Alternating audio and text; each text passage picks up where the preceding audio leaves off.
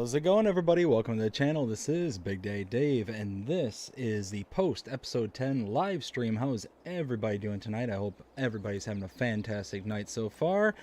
Holy cow, am I absolutely frazzled right now. I am so behind. So I'm going to be working on one or two things on the background. Let me just let's see, get this up. Why is that like that? I don't know why things happen. There we go.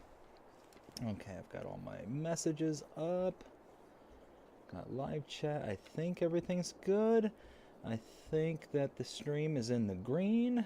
Let's double check. Excellent. Perfect. So if you're out in the audience, go ahead and give yourself a shout out. Let me know that you're out there. Unfortunately, YouTube does not give me any kind of roll call or let me know who's out there. I just get basic numbers. So if you want me to know that you're out there, go ahead and give yourself a shout out. Let's see, I think everything is good on my end. I am way behind tonight. Normally I have all this stuff set up. Completely forgot to even set this up as a scheduled stream for tonight. Sent it out on every one of my social medias, except setting it up on the one that's actually important to make sure that everybody can see. So yeah, it's been one of those kind of days. But no, it's been a good day. It's been a good day. Just gonna wait 1 or 2 more minutes to see if anybody else joins us here tonight. Like I said, if you're out there, go ahead and give yourself a shout out in the chat. Let me know that you're out there. Let's see, I got all that. That's good. Okay. So I think we're good. Okay.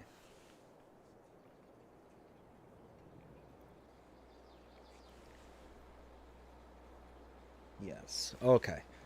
Everything looks good on my end. I've got all my, let's see, I got the social medias, I got the ticker at the top, I've got the alert box. Perfect.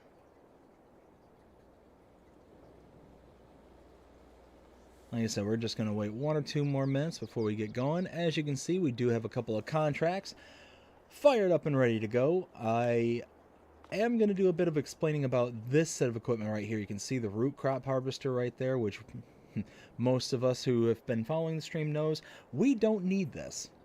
But there's a reason why I've got it, so I'll explain that just in... Hey, Dust Bunny, how's it going?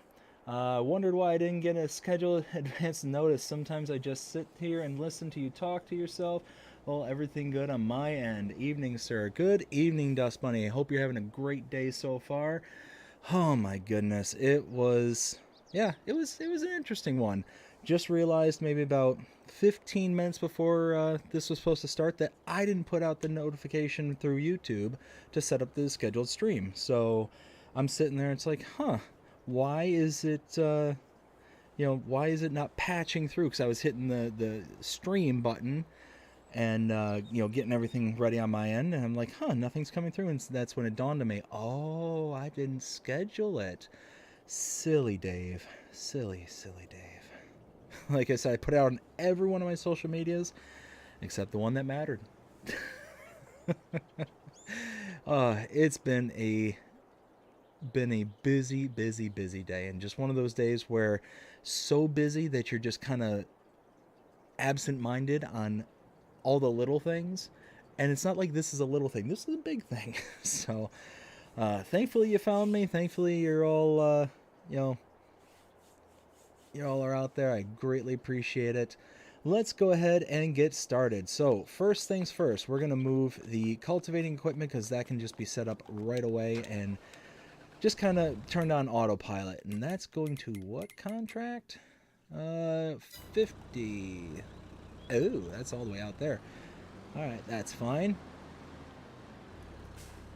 So yeah, it has been a absolutely slamming day today. Started at about 6 o'clock this morning, I think. No, actually, about 6:30 is when everything kind of started happening. My brother-in-law actually reached out and text messaged me. He's out in he's out in Guam right now. He's stationed in the military out there in Guam, and he texted me at 6:30 this morning. and I love him to death. He's a great kid. Um, but yeah, my phone starts chirping at me, and it's one of those kind of notifications where oh, if you don't respond to the message, it chirps a second time. So the first time I was kind of able to listen to and ignore. The second one, nope. Nope. And I was actually getting up at I was actually planning on getting up at like 6:45 ish, because I was getting ready to go to Walmart to get a bunch of work done to my wife's car. She needed an oil change, and actually what she needed was the tire plug. She picked up a nail the other day, and I was just taking it up there to get the plug done, and I was like, if I'm up here already, I might as well have them do the oil as well, and just save me some headache and save me from having to do it myself. So I ended up having them work on it, and but it's one of those, if I don't get in there first thing when they open up, I find that it takes all day. It goes from maybe, I don't know, a 20-30 minute, that was the entrance, it goes from a 20 to 30 minute job to all of a sudden 5 or 6 hours. So it's one of those that I would much rather just get up there first thing, be the first person, and just have them knock it out, kind of thing. And by the time I'm done, I can do a little bit of grocery shopping and get a couple of things kind of squirreled away on my end and be kind of good to go. So it works out rather nicely. Let's back this up just real quick.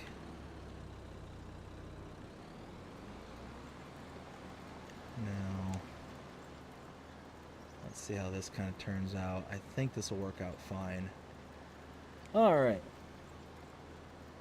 Dust Bunny says, prayers for your safety. Thank you, Dust Bunny. We appreciate that. I have my phone set to notify me of messages, and it will continue to notify me about... Oh, wow, 10 minutes. Whew. Yeah, no, when it goes off, it only goes off the one time for the main notification, and then a second time if you don't actually look at the phone. And yeah, it's 6 o'clock this morning. I was... I wasn't too happy, but it's like I said, it's my brother-in-law, so one of those I kind of give him a pass, because he's out in the middle of the Pacific, many time zones away. So there's plenty of times where I'm sure I've texted him at like 8 o'clock my time, and it's like 4 o'clock his time, kind of thing. So I'm sure it's not the first, not the last, but not a big deal. But it actually worked out, because he texted me right as I'd say about 10 minutes before my alarm was set to go off. So not at the end of the day, not a big deal. Dustman also says, make sure to double check that they put the oil plug back in correctly out here. They're notorious for leaving it loose or cross-threaded. Ooh, that's not good. Mark, how's it going, bud? Hope you're having a fantastic night so far.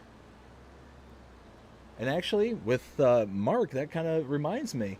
How about I go ahead and start the stream off by giving a shout out to all my tier 2s, which includes you, Mark.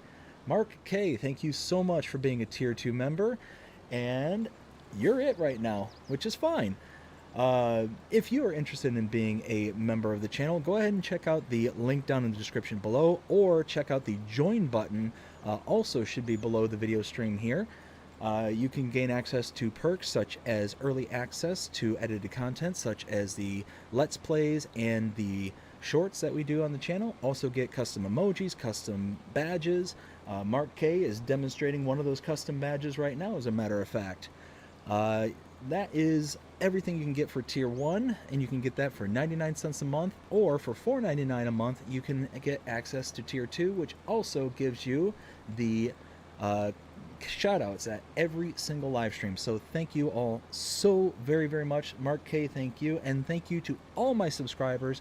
I greatly appreciate every single one of you. Oh, and Mark with the super chat. I'm here, always here for it. Hey, bud, I appreciate it. Great. Thank you so very much. Let's see. Let's go ahead and we can hop out of here now and get to the next one. So, as you can see, I do have a root crop harvester right here. And the root crop harvester is meant for red beets.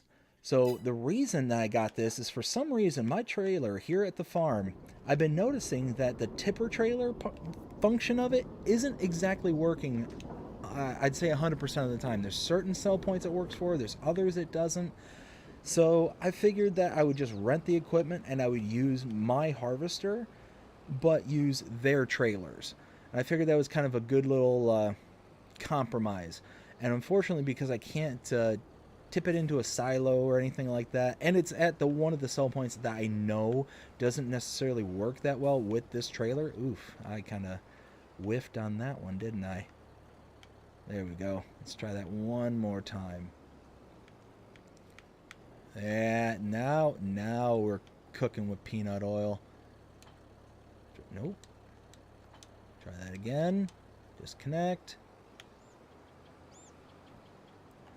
Oh, and hey, there's the notification. Mark with the $4.99 again. Thank you so much. Let's go ahead and put this back in its place and try and keep the yard as tidy as possible. Just like that. And now we need our... Nope. Where was it? I thought I just saw it. There it is. Root harvester. We need our red beets. As you can see, we got our nice little pile of red beets right there on the floor.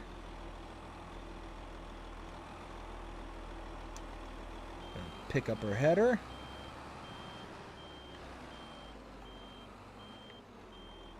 Perfect. Why did I miss it? There it is. Haha.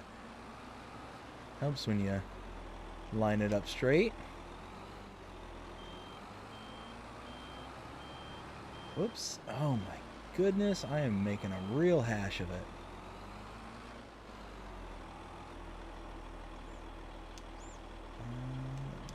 Drop that down. Well, that's not on there straight now, is it?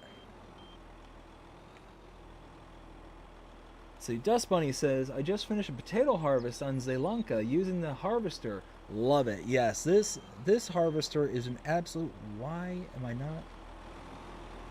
This harvester is an absolute game changer, in my opinion. I know there's the other one, the Colossus pack, which is nice. Don't get me wrong. That one's a great one, too. Which was this? 133. Okay. That one's nice. I do like the Colossus pack. But the problem with the Colossus pack that I don't necessarily care for is that it's so expensive. It is so much more expensive. You can buy one of these, just one set of equipment, and end up doing, what, like 5 or 6 different crop types? I think it's like 6, no, like 7, maybe 8 different crop types. You can do all the new premium expansions, so which that's the parsnips, red beets, and carrots. You can do all the old root crops, so that's the sugar beets and potatoes. You can also do cotton and sugar cane, and you can do the the ridiculously accelerated harvester. This one, I think the base model like I've got here is 37 miles an hour, which that's no slouch whatsoever. So that's awesome. But it also has the ridiculous capacity. It's got the ridiculous harvesting speeds, all that stuff. But it's all contained. Whoa there, whoo, boy, that's gonna have to be another one added to the highlight reel. Oh my goodness, three-wheeling our harvester. That's I think that is a channel first right there, is three-wheeling our big root harvester. Oh my goodness. Just gotta love it. Got to love it. Alright, so 133 is coming up right here.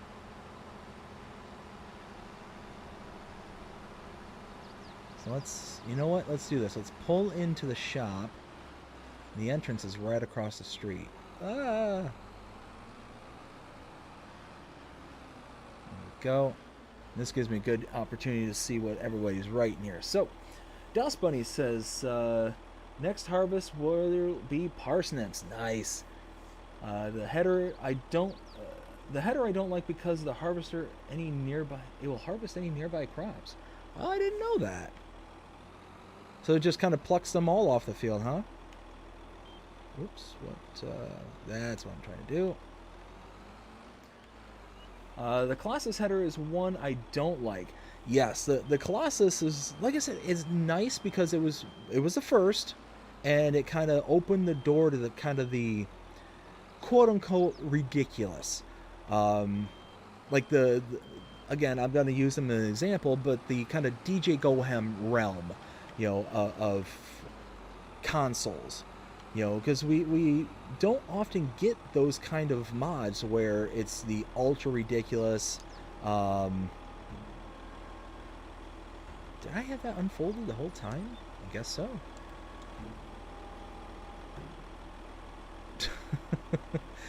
But it was, it was the first. It opened the door to that kind of world of, being able to fast harvest and fast farm, on this kind of a scale with root crops, which was nice. It was a very nice thing, but I like this one better. Like I said, it's cheaper. It has a more diverse crop set that the main body can handle. Each of the headers, I mean, yeah, you got to have a different header, but the header is only 10 grand, for the introductory basic one kind of thing. And the basic one's no slouch. It's 12 miles an hour for a working speed. So I mean, that's not too shabby if you ask me. And again, 7 or what did I say? It was like 7 or 8 different crops that you can harvest with it. So at the end of the day, you've got one harvester to rule them all, and just interchangeable headers. And what I also like about it is that each of the headers is very clearly marked. So this mod was very similarly made on FS19, except the problem was that you had no real way to distinguish what header was for what crop. And in particular, there were other modders, map makers. I think it was like TNT Modding who made like Eureka Farms. No, not Eureka Farms. That's not the one I'm thinking of. Lazy Acres. I think it was Lazy Acres, where they kind of integrated some of the potatoes, onions, and those kind of crops like that into the map directly, and had, again, I think it was either this harvester or something very similar to this harvester. And what ended up happening is that they basically modified the headers just like we have here to pick up each one of those, but there was no clear delineation of what header did what. So you would have to either use like a color code, or like me personally, I would get it as close to the crop color from the map as possible, and that way I would have one harvester that would be able to do all the various work. But then, all these brightly colored, different colored headers, it just, me personally, kind of took out that slight level of immersion that this one allows you to have. I mean, yeah, we're not doing, realistic farming right now, but it's pretty darn close. I mean, yeah, we're going a little bit faster than what we probably should. We got way more capacity than we definitely should. But I mean, it's still within the ballpark. It's still right there. You're talking what, maybe, I think it's 20,000 liters at its base. More than what the basic version of this would pick up with sugar beets and potatoes. And same type of header and all that stuff. It's just adapted to be able to take other root crops. And I'm on board with that. Let's see. The T440 that is you're using only does crops you have with a header for. Yes, absolutely. I use the Colossus grain harvester, but not the root harvester, because the Colossus root harvester header will harvest any nearby root crops. See, I had no idea about that. I've actually not bought the the Colossus, any of the Colossus. It's too expensive, most times. Oftentimes I'll just go with the cheaper option just because. I'm sure there was going to be one day where I eventually picked it up, especially with a Let's Play series or something like that, but just hadn't gotten around to it because of how expensive it is.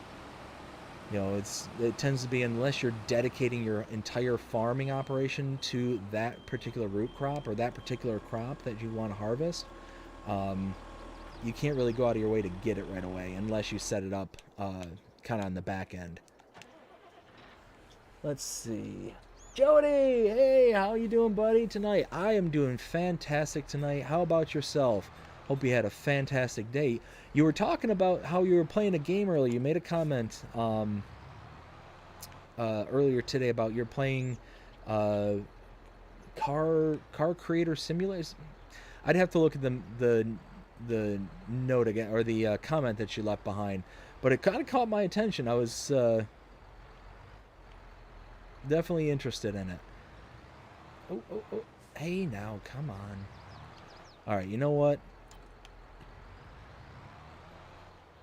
I don't know why, but I do so much better when trying to use these swivel axle trailers when I hook up to the front. I need to swivel out this way, and then... See? Just like that. It's like I know what I'm doing.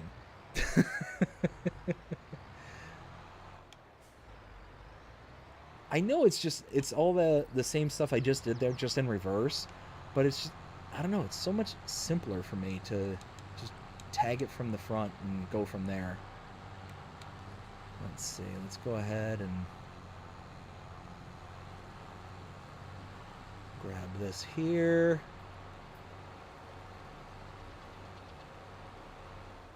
And oh, overshot that one. Oof.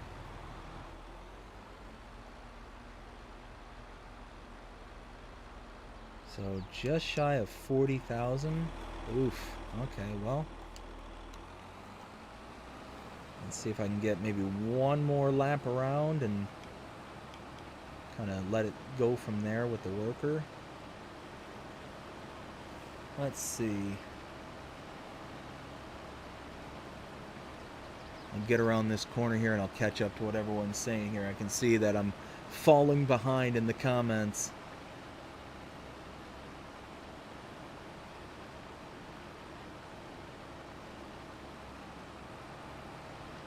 There we go.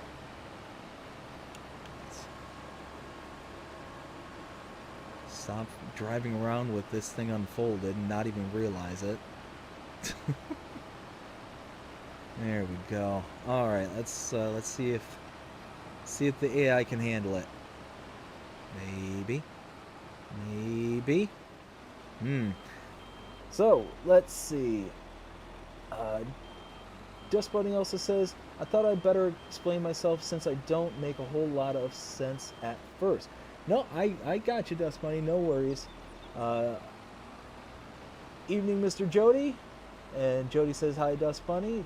Jody says, do some farming tonight. Yes, that is what we're up to tonight. We've got a whole bunch of contracts we got to work on.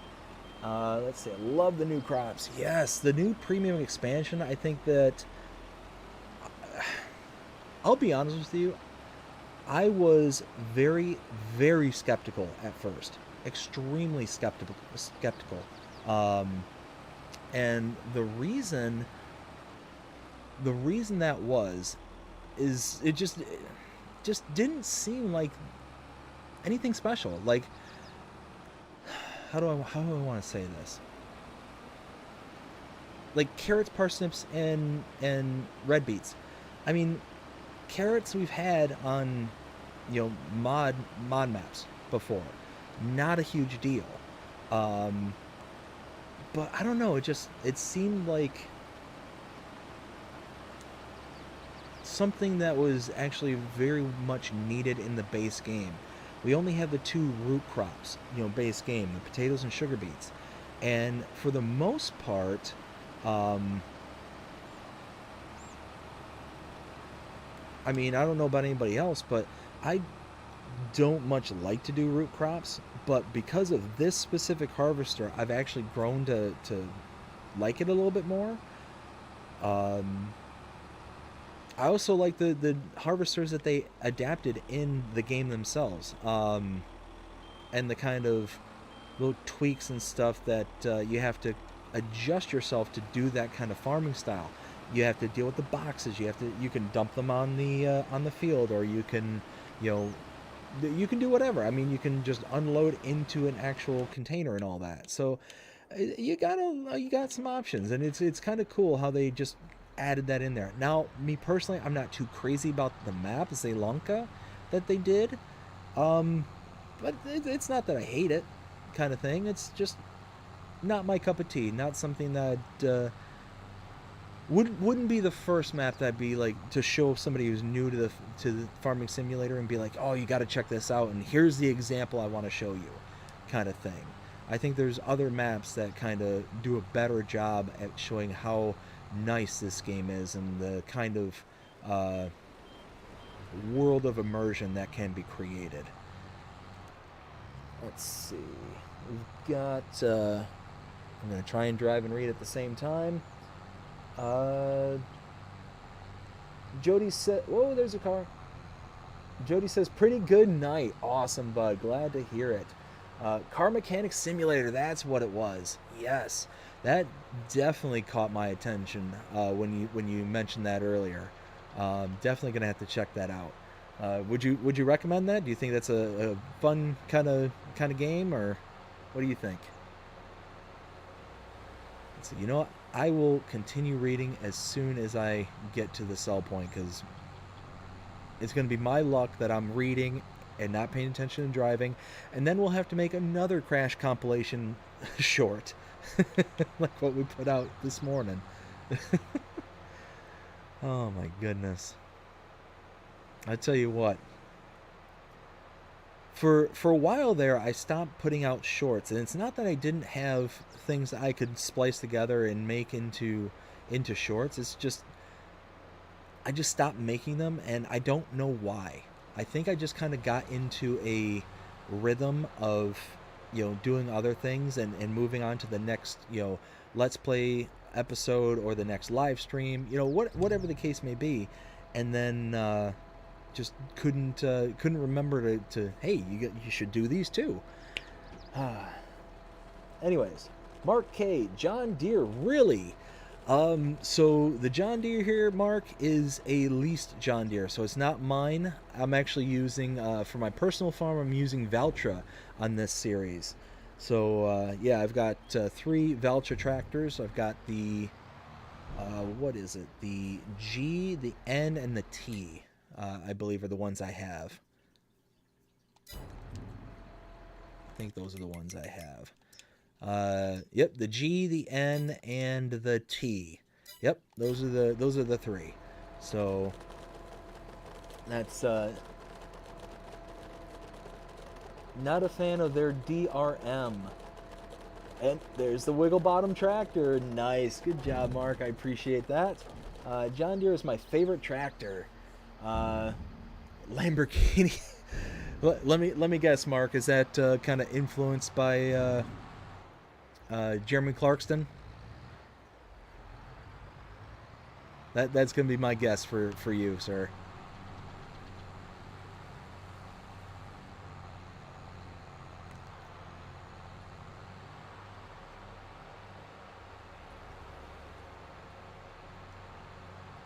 So when it comes to John Deere, I like John Deere like as a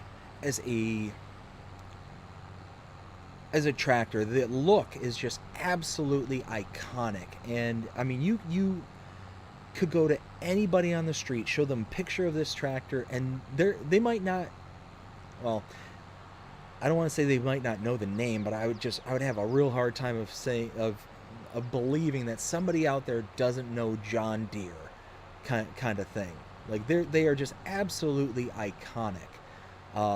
I'm not a big fan of their business practices, specifically, and I've mentioned this several times on the channel, the right to work, or the right to repair. John Deere went into a big, you know, a big firestorm not too long ago where they basically made their tractors to where the farmers could not repair them themselves. Like, you had to take it to a dealer, you had to get it repaired by them, you know, especially for certain parts and components. It was just one of those that farmers run on thin enough margins as is, and they don't need, you know, somebody to come along and say, nope, you can't save money by working on your own equipment, something that you own, kind of thing. That's something that always just rubbed me the wrong way.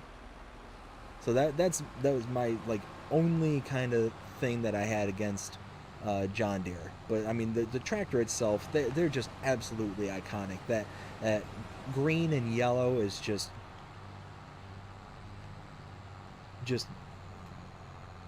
I don't know, it's just perfect. I mean, it genuinely is probably the best looking tractors out there. Just best looking equipment in my personal opinion. Just because of how iconic. I mean, who would have thought that, you know, way back when we were picking up color schemes, that somebody's like, you know what, I want to make, you know, equipment that's John Deere green and yellow. Those specific color combinations. Who thought that was going to be like a winner? And turns out they're a lot smarter than I am, apparently. Because I tell you what, I mean, John Deere, if they're not the biggest, you know, equipment manufacturer, they're one of the biggest. I think they are the biggest. I could be wrong about that. Certainly top 3. Certainly got to be up there. Let's see. Let's get to the sell point again, and then I will see what everybody's saying in the chat. Move over to the sell point again. There we go. So we've got Dust Bunny. Zeelanka is not a pretty map, but I like the field sizes and shapes. Yes, so that is definitely a nice thing about Zeelanka, is that it's definitely got the kind of worker friendliness and the kind of the desires that are there for a good map. But it's just one of those, I'd have a hard time, like, if you wanted me to sit there and, like I said, introduce the game to somebody who's not seen it and they're kind of, you know, interested in it, that wouldn't be my first map to go to. Be like, this is what you need to kind of look at as kind of your baseline. You know, I would sooner go with either like a Haut-Bellerin or Erlengrot, one of those two, to be like, this is like a good example of just how pretty it can be, kind of thing. And then, you know, I would show them Elm Creek, even though I'm not a huge fan of Elm Creek. But, you know, especially if I'm showing somebody from the States here, I'd be like, oh yeah, you know, here's an American map, here's an example of it, and they can kind of, you know, kind of get the flavor of the American style, kind of thing. But I think that Erlengrot and Haut-Bellerin are two of the prettier maps that Giants come out with. I also really like the Platinum expansion, Silver Run Forest. That one is just stunningly beautiful. Now that is definitely for the tree hoppers out there who want to just go on and, you know, do nothing but forestry, but that's okay. You know, that's, you know, to each their own, and that is the beauty of this game, as I very often say, is that this game has a little bit of something for everybody. Let's get back to the field. And once we get back there, I will read through the rest of the comments.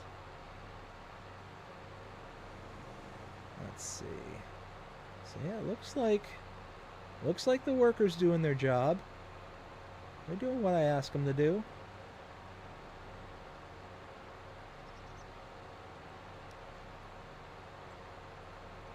Oh, 80% full. Oh, they missed a little sliver there, didn't they? Okay, let's catch up. David, how's it going? I recommend Car Simulator. Very good game with new drag racing DLC. And hi, everyone. David, how's it going? Hope you're having a fantastic day so far. And hey, I'm going to definitely check that out. Dust Money says, welcome, David. And Mark K says, right to repair. Yes. Yep, 100%. I know they were leading the charge on the right to repair, but then I'm pretty sure they backed off of it. So I'm less holding it against them now that they kind of backed off and are okay with the farmers repairing their own equipment. But I know that was kind of a downstream effect of from John Deere, is that they were kind of influencing a lot of other manufacturers, not just farm manufacturers, but like car manufacturers, to do those kind of things as well. And it's, anybody who's ever taken their car in for repairs and taken them to a dealership versus taking them to just some auto shop, ting tang, walla bang bang. Ay, ay, ay. What are you thinking there, Harvester? Alright, let me make sure I got everything. And David rounds it all off by saying, hi, Dust Bunny. Whew, caught up. Love it. So now we're just going to keep rocking back and forth. Going to keep dropping these off. 40,000. So I was saying earlier about how my trailer wasn't able to dump off at that particular sell point. It's really frustrating because I love that trailer. I really, really love that trailer because it's so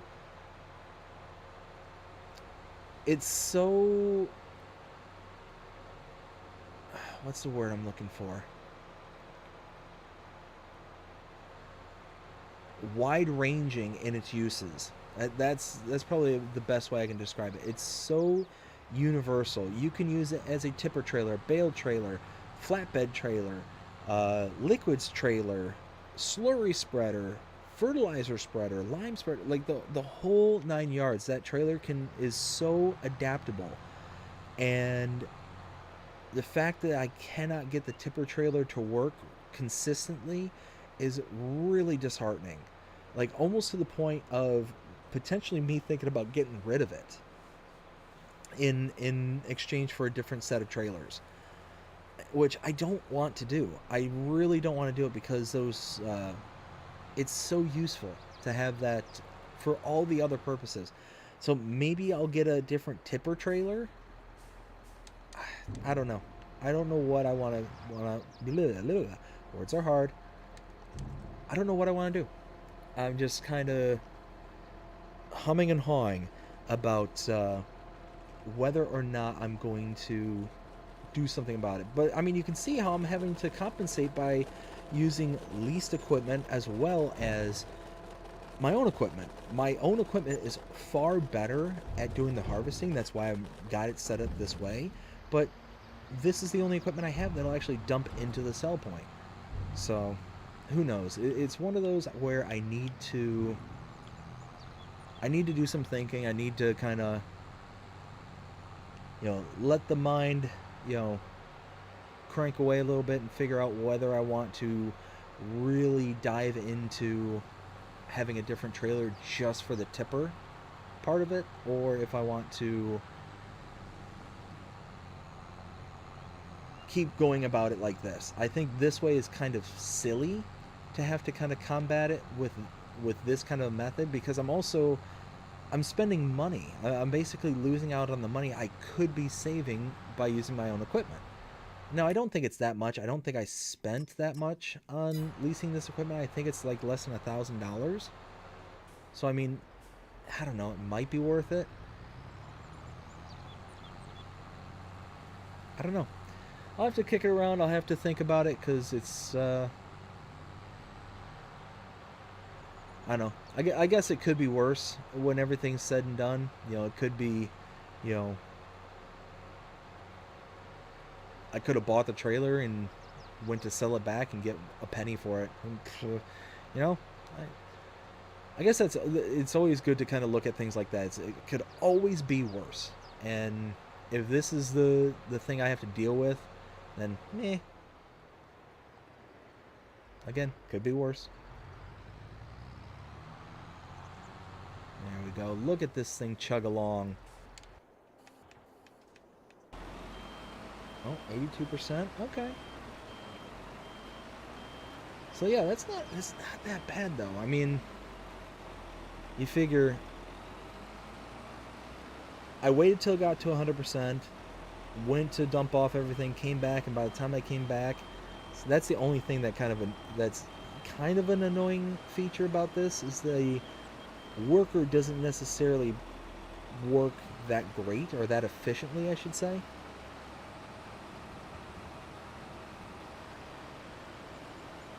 But again, could be worse.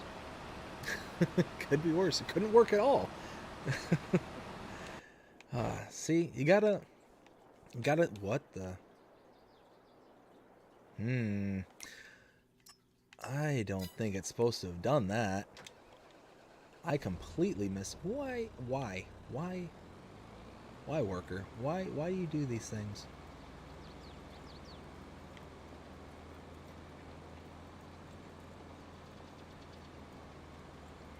So we're just gonna get back to this, because that's a thing.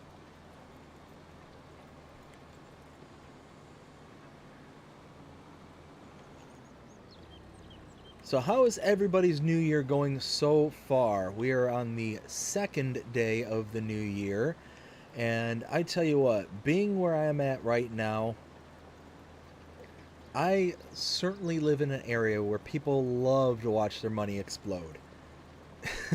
What I mean by that is I live in an area where there's tons of people who love their fireworks. Love their fireworks. And don't get me wrong, I love fireworks just as much as the next person. Love it. But I've got 3 dogs, and I should say 2 of them are deathly afraid of fireworks. They absolutely are just terrified of them. So much so that I have to drug them every single year around this time and the 4th of July. Those are typically the 2 times a year when I have to give them some kind of medication in order for them to just not be a big shaking ball of fur. And even that doesn't work sometimes. My veterinarian supplied us with, I think it's called trazodone for the dogs. And like I said, the one dog, he could give 2 rips. He doesn't care about anything. Unless it's like something moving outside that he can bark at as it passes by. He's happy as can be. You know, he's actually just laying right here next to me right now in the chair next to me, and he's just having a good old sleep. The other dog, the one that I was mentioning that we think is going senile, getting a bit aggressive, well, after this year, I'm convinced he's also going deaf. And what makes me say that is because, I mean, it's weird because normally he's the worst. Like, he is normally, when it comes to the fireworks, a big shaking ball of fur. He's panting really hard, just absolutely beside himself, not able to figure out how to be comfortable or how to stay still. Oh, we're good there. And Jay Meister, hey, how's it going? Hope you're having a fantastic day so far. Let's see, let's go ahead and stop that. But no, like I was saying, the one dog, like I say, he's getting old, but he had absolutely zero, not a single reaction to it this year. And it's just absolutely bewildering to me, and that's what makes me think that he's either going deaf, has gone deaf, but he's still responsive. Like, he's still, I think he still hears me. Like, he responds to my voice and commands and stuff. So it's just weird. Like, he just all of a sudden his personality just changed so drastically that fireworks didn't bother him whatsoever. Wow, I am way off the mark there. Oh, oh, oh, no, not again! Not again! Evil! Sorry, I don't know why, but SpongeBob just came rocketing into my brain there, and specifically the ripoff of, what is it, the character Aquaman that they have on there, um, like the old senile superhero Aquaman, and if anybody says like the word evil, he just pipes up evil, and he just kind of loses it. Ay ay ay! I am making a real hash of this. Come on, let's go, let's go, let's go.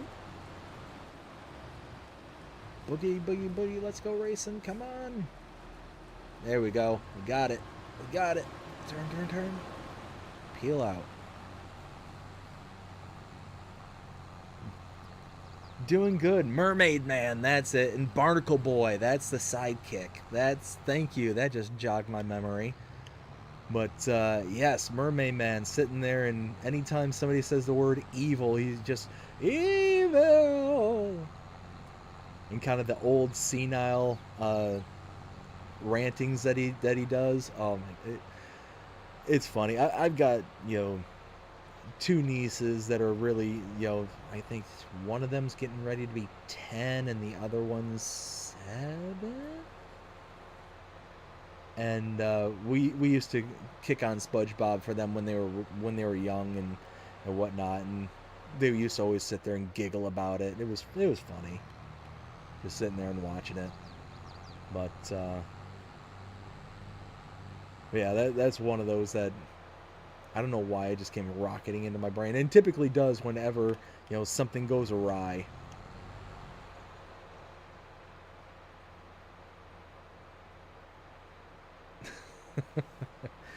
And J Meister says, "Yep, and no problem. Awesome, I appreciate it, because, it's one of those that I'll get something on the tip of my tongue, and it's like right there. I can describe it, fairly accurately, I think, and then just can't remember like the finer detail of it, because it's one of those just kind of passing thoughts. Let's see, about right there and there. Double tip."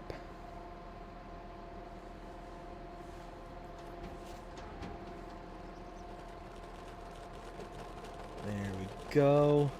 Let's see what this gets us for percentages. 70%? Okay, okay. 58% transported. Okay, so we're getting there. We are getting there. I tell you what.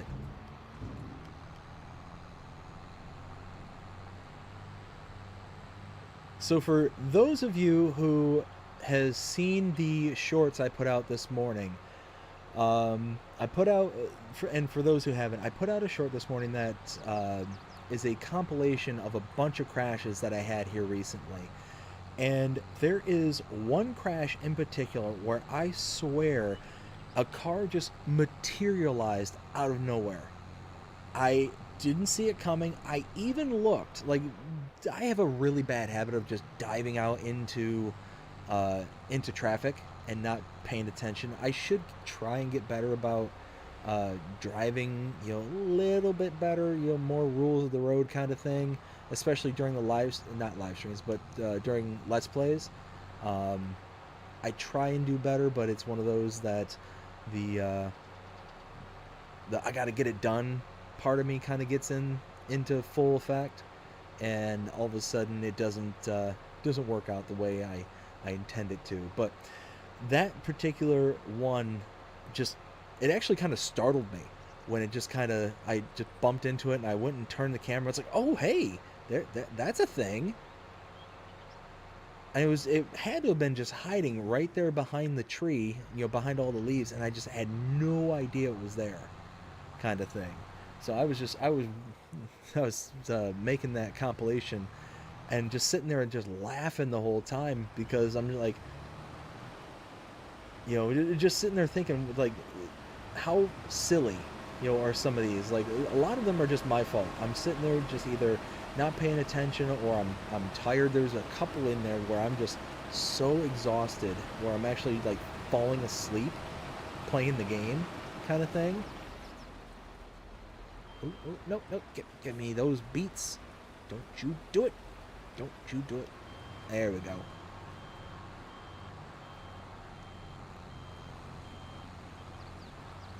But yeah, so some of them I'm falling asleep. Some of them I'm just being careless and whatnot. But that one I actually tried. I actually legitimately tried to be like, nope, it's okay. It looks clear. Nope. Wrong. Wrong.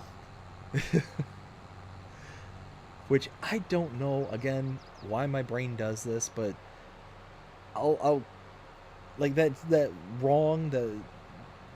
It's from the movie Superman. I think it's Superman Returns, but specifically the way in the context that I use it in is an old meme from way back in the day, back when like Scientology was like really like big time in almost the mainstream, like back when Tom Cruise was like really out there, kind of not pumping it out, but just really like kind of mainstream about it, kind of thing. It's really kind of gone back underground for the most part, but there was a meme of a building from the Sum of All Fears, the movie The Sum of All Fears, and on the side of it, it had the word Scientology written on the side.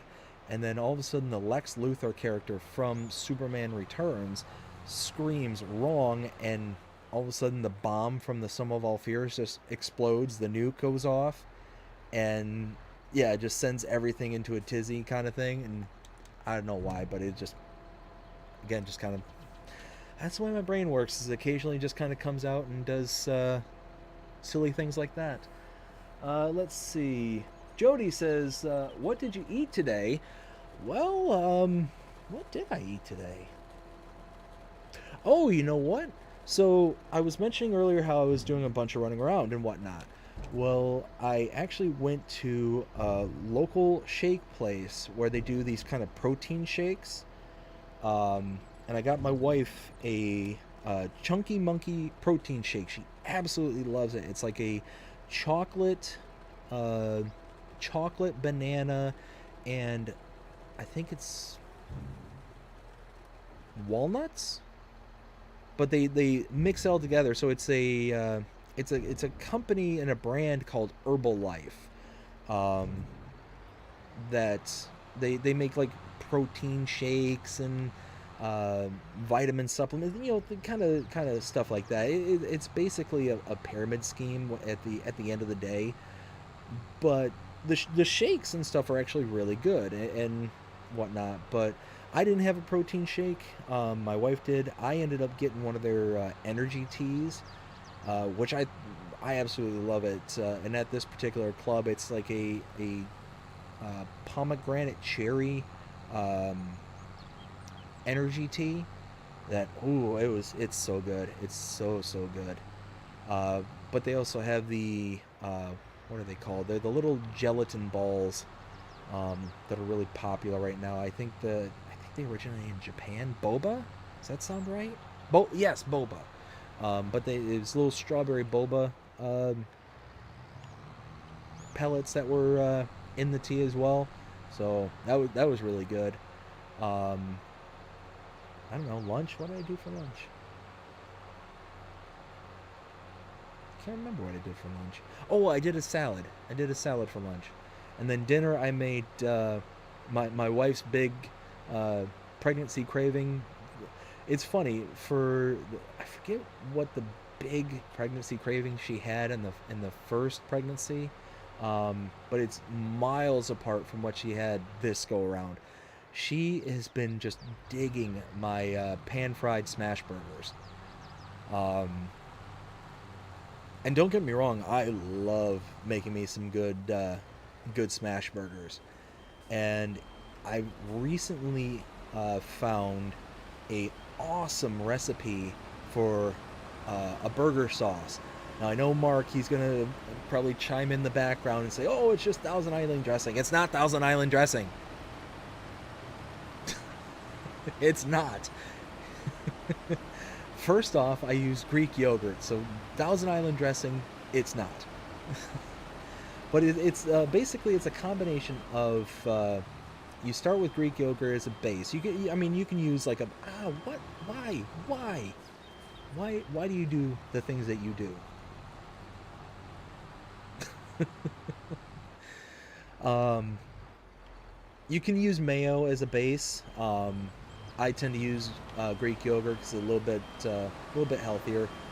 Oops! Get back here! Get. Why? Why? Why do you fight me? But then I mix in things like ketchup, Dijon mustard, what's that there sauce or Worcestershire sauce. Um, what else? A little bit of Crystal's hot sauce, salt, pepper, onion powder, garlic powder, uh, dill relish. I think that's it. I think that's everything. Yes. And you mix that all together, get it like nice and smooth in consistency. And then what my wife and I do, because we try and stay relatively healthy, um, instead of using like burger buns, what we tend to do is we make a burger crunch wrap.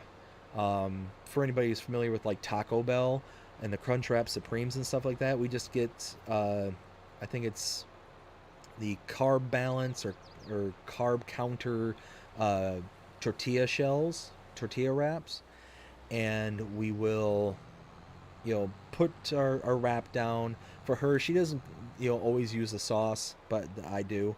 But for her, I'll put down like a layer of mayo, like a small like layer of mayo, uh, the burger, some cheese, uh, lettuce, tomato, and then I'll take the tortilla shell and wrap it in like a crunch wrap kind of style, and that's kind of the bread substitute. It works out really well.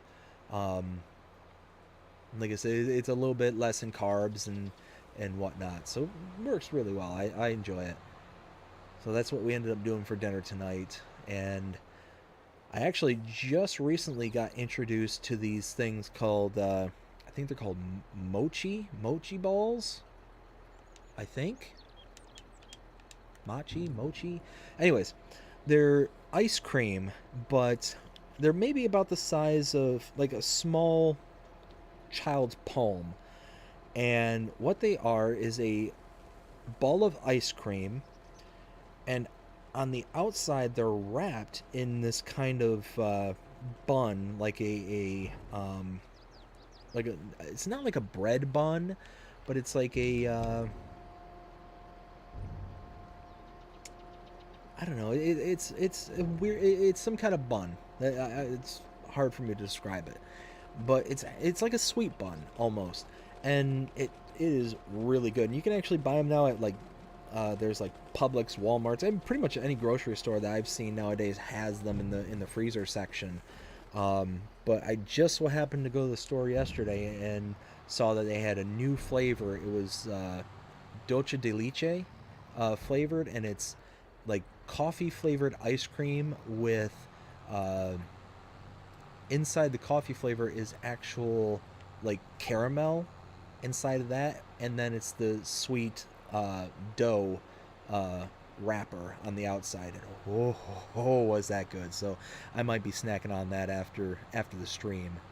Now I'm kind of got my mouth watering a little bit, talking about burgers and whatnot. But let's see. Whoops. I'll get back to the field there, and then I'll keep reading because I see that the chat's a moving without me. Now that I've described what I've ate in detail today.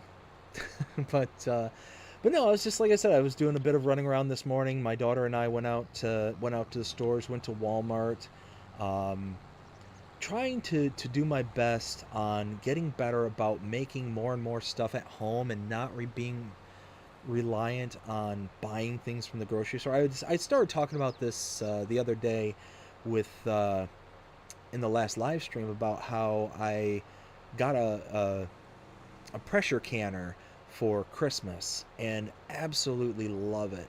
And silly me, I actually started to do some pressure canning some black beans uh, the other night and didn't realize on the length of time that it actually takes to pressure can black beans. It actually takes about an hour and a half to pressure can them properly. So I was on board with doing like 20-30 minutes, but then I started going through all the stuff I had, and then I was like, oh, 70 to 90 minutes depending on your elevation, because for those who are not aware of pressure canning or just canning in general, uh, the elevation at which you live at actually affects how long you need to can your materials for. It's actually kind of interesting. It's really kind of cool. But oh, is it no, it's gonna keep going. But let me catch up with what everybody's saying here. J Meister says, "Yeah, I don't have any of the season passes." Oh man, J Meister, if you can, bud, definitely get them, because there's some of these things here that are actually really cool. Um, not only do you get the different maps like the Silver Run Forest and the Zelanka and stuff like that, but you also get all the various equipment and whatnot. Um, and I think, what is it? I think like the season 1 and season 2 are like $15 a piece, maybe, is my best guess off the top of my head, for one or the other. I think it's like $15 a piece.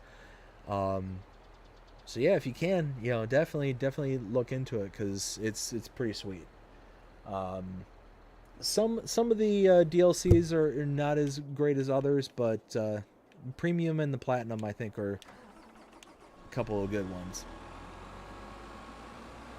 Let's see. Let's go ahead and. Oh, I'm gonna have to come back for one. Oh wait, there's a little patch over here. Let's grab that real fast.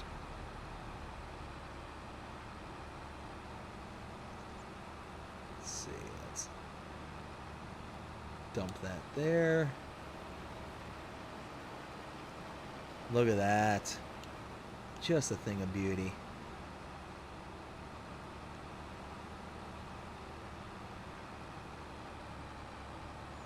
So now,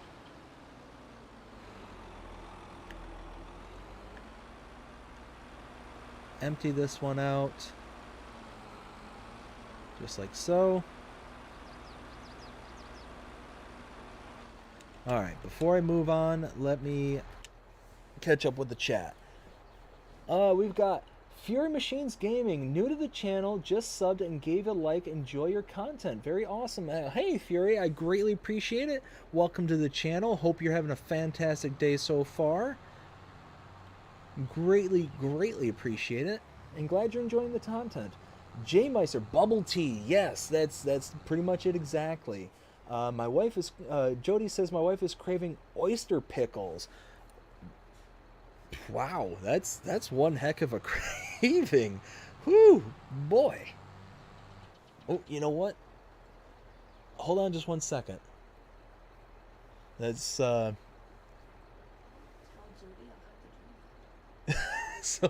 my wife just was in the kitchen and heard me talking, and now she's saying how she's gonna have to try the oyster pickles. So now she's interested. What was the craving that you had for baby number one? It's kind of the same thing that I have now. It's a lot of like carrots with cream cheese for a meal, but now it's like carrots and tzatziki for a meal, but for other people. Okay, so for baby number one, the big cravings that she was having was like carrots and cream cheese. That was like the big one. Baby number two, her big thing is like carrots and tzatziki, the kind of Greek cucumber dill sauce. But again, like I said, the big one that she's having here lately is the burgers. That's the big one. The other day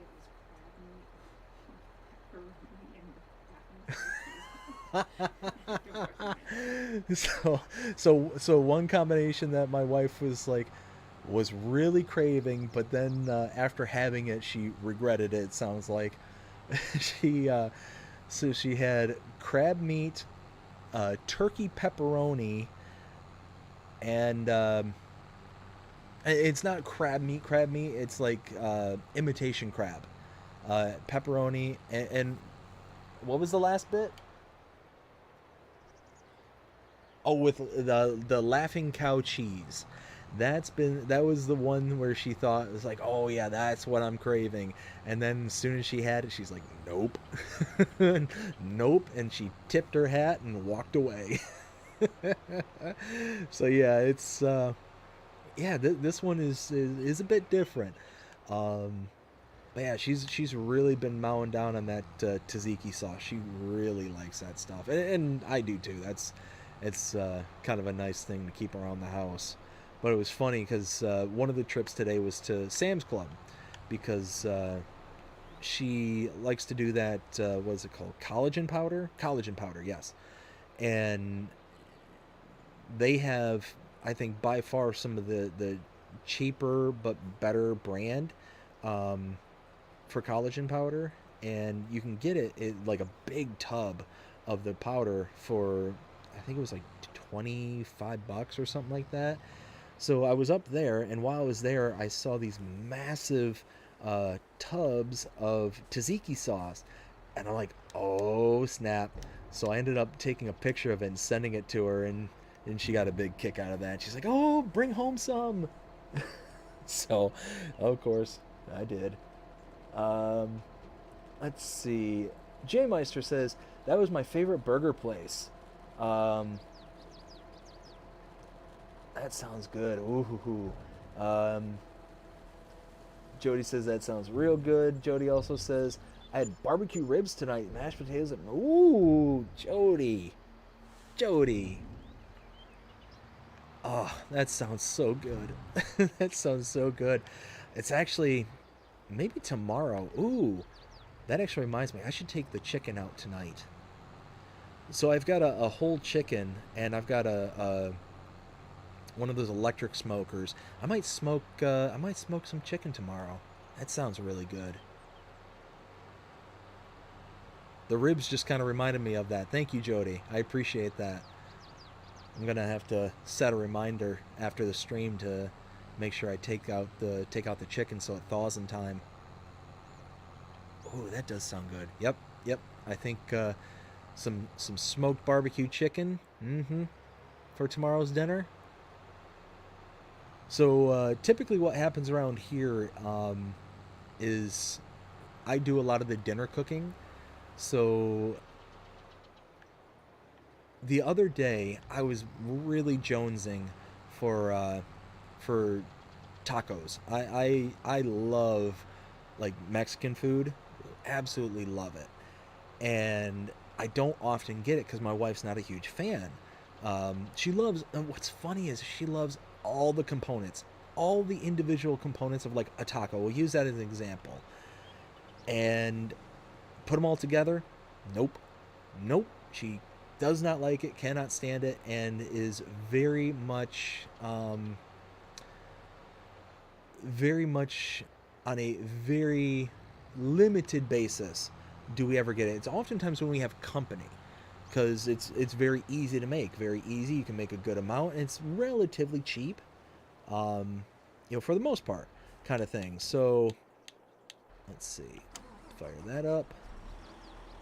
That should empty it. Perfect. Let's fold that away. Nope.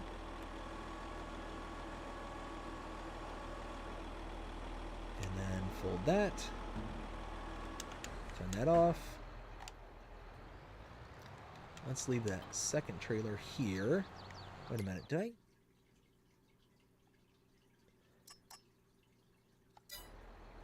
I sell a whole bunch of product and I just wasn't paying attention because I was sitting here just blithering on?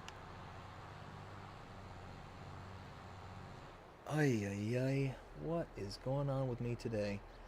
Alright, let's catch up with the chat before I get going too far. J Meister says, I have Silver on Force. Okay, okay, nice. I don't have the Zelonka map and the new crops. Oh, yeah. So, Jay, definitely, if you can, give it a try. Because it's one of those, it just really adds that kind of next level to the whole root crop dynamic. And on this map, it's actually really cool because Cavalier Roy, the map maker of this map, actually made it to where the root crops are actually important for like the animals. So an example is that the horses on this map actually require the new root crops. They will not take potatoes or sugar beets, but they do take the red beets, the parsnips, and the carrots kind of thing. Now, I'm sure that that's coded out if you don't have it for this map kind of thing. If you don't have the premium expansion, I'm certain that's coded out. At least I would think. But no, it's just one of those that, like this map in particular, and I know Cavalier Roy has done this on all their maps. It makes it actually worth it and useful. And then you get all the extra, production points that you have for the premium expansion and all the cool little tools and stuff that goes along with it. Like I said, if you can, pick it up. I recommend it. I think it's cool. And this is coming from somebody who hasn't really been a huge fan of a lot of the DLC that we've got up to this date. Some of it's nice, but some of it's been like, meh. Oh, why am I coming back here? This is all mine, right? Am I wrong? I'm right. Yes, this is all mine. I might as well keep this. Let's take this back to the farm. Take it back to the farm, and then I'm going to catch up. And catch up with the chat. I keep saying I'm going to catch up with the chat, and then I read one comment and then go about my business. Ay, ay, ay, what is wrong with me? I tell you what, though, in the last episode, we purchased all that forestry off to my left there. All of this is now ours. So we've got pretty much this whole southwest corner of the map. And we're going to have a really big winter come this winter time. I'm really looking forward to it because we're going to, like I mentioned in the episode, I'm going to really try and clear out as much of that as possible and turn it into something. I don't know what at this point. But all right, you know what? I'm not even going to fight it. Not even going to fight it. Just going to go along with it. There we go. Come on.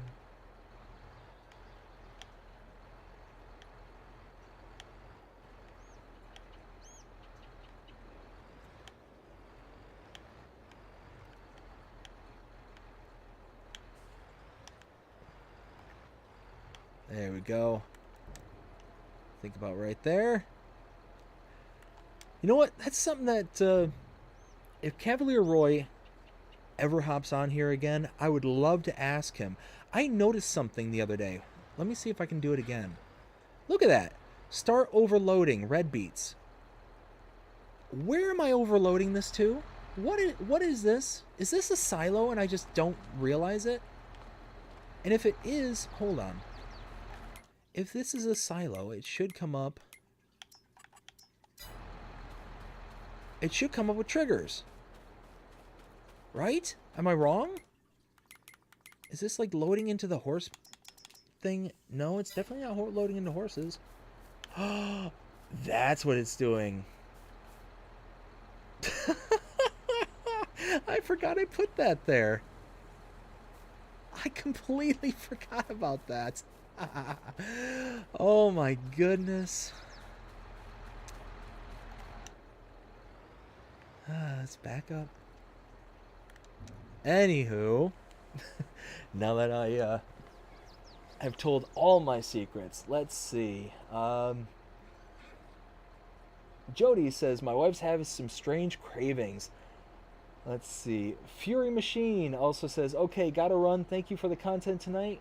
Gotta get set up for myself for a recording, and we'll be back for sure. Well, hey, Fury, I greatly appreciate you stopping by tonight. Hope you have a great night. We'll talk to you later. Jody also says, tell her I said hi and hope she's doing well tonight. Absolutely will. Absolutely. Forge, hey! Buddy, how's it going? Glad you could join us tonight. Let's see. How are things going for you, bud? Hope you're having a fantastic day so far. Jay also says my favorite burger place was Smash Burger. Nice. Yeah, I make me a pretty mean what? Oh, that's what's going on. I make a pretty mean Smash Burger. Not to toot my own horn. Toot toot. Abby. Aw, hey kiddo, how's it going? Dave, we love you. I love you guys too. Thank you all so much for stopping by and showing some love. You won't do a 24-hour stream. Holy cow! Are you trying to kill me here? 24-hour stream? 24 like, dude, 24-hour stream? Come on. Here's the thing. Would I consider doing a 24-hour stream? Yes. Under these specific circumstances. Number one, Millie and Meg, my wife and daughter were, out for 24 hours. Like they were gone somewhere for an entire day. But got to do the dad thing first. Got to do the husband thing first.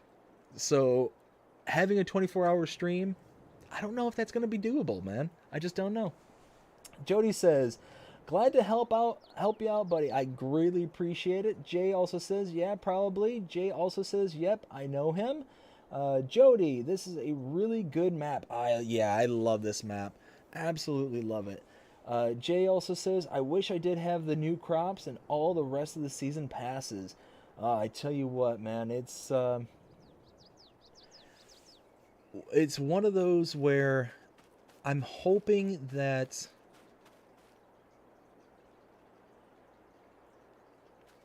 without getting into too many specifics, I'm hoping that if the channel continues to go at the pace that it's going and things continue to go well, I'm really hoping that things work out to where we can start kind of returning things back to the community. More than just the content creation by itself, but hopefully we can start doing things that are kind of bigger and better. That's like I said, I'm not going to go into a huge amount of detail or anything like that. It's just things that I kind of hope for later on down the road. We'll see how everything kind of plays out, but just one day, fingers crossed kind of thing. So collect on those two, and now we've got a harvesting Oh, nope. Let's actually get our equipment back first. Let's do that. Let's see. Jody says, can't wait to hear the news of FS25. Yeah, when does FS25? That's got to be coming out here pretty soon. Jody is 32 tonight in Georgia. Ooh. It's actually kind of chilly here tonight here in Florida. 47 degrees, a low of 46 tonight. So not much warmer than you are going to be. Have you ever drove your wife crazy, buddy? I do. Oh, dude. Dude. All the time. All the time. Oh, my goodness. Yeah, no, I it's one of those where I think if you spend enough time with anybody, you're gonna drive them nuts, kind of thing. It just kind of happens. But yeah, there's times where absolutely 100% just drive her up a wall, kind of thing. And bless her heart, she's still here with me.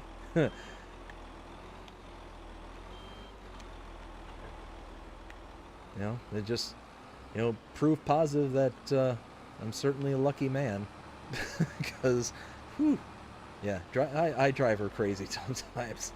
I'm trying to think of any good examples that Hmm. You know, if any come to mind, I'll shout them out. But you know, if she happens to hear me talking about it, she'll certainly pipe up and let y'all know. Cause, ooh, maybe maybe one of these days if I'm able to get her onto a stream, like I keep trying to coordinate it, um, you know, but because I stream so late, it's really hard to get her to come on because by the time I start streaming, she's wanting to lay down and start winding down for the evening to rest. You know, because you know her being almost what 4.5 months pregnant now, she gets pretty tired, and I don't blame her. You know, the baby is kicking her butt. I tell you what. Let's see, we're gonna get this back to the farm and we're gonna catch up with the chat. What's great is now I've got the power washer so I can actually, you know, get everything all kind of squared away and cleaned up and, you know, kept looking nice and hopefully prevent uh, the wear and tear that comes with not cleaning your vehicles. I wish I knew the kind of the percentages gained and lost from dirty equipment compared to clean equipment. Like how much does it actually affect things? Because if we're talking like, oh, there's a 1% difference between you know a clean vehicle and the amount of wear and tear that's going to be on it versus I don't know 20-30%, then I might just keep my equipment dirty at that point. Let's see, something like that. Let's see, we've got.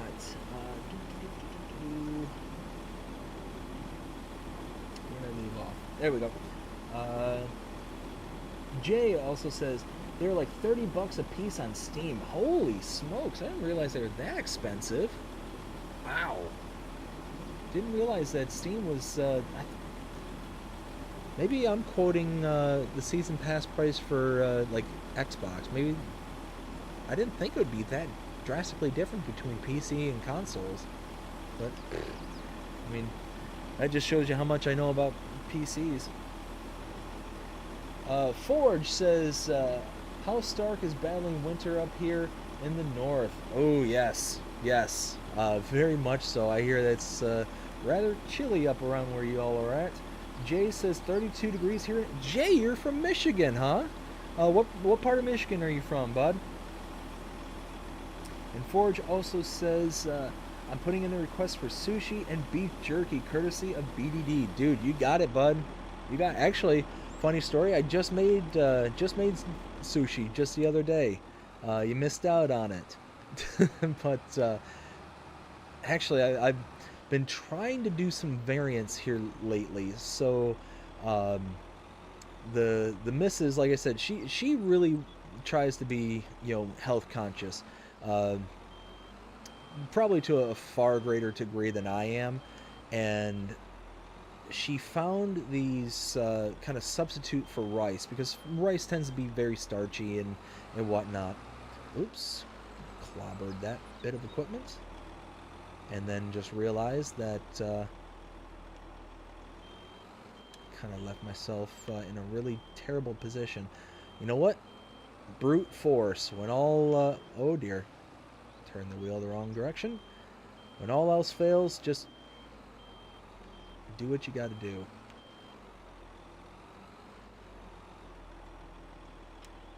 There we go.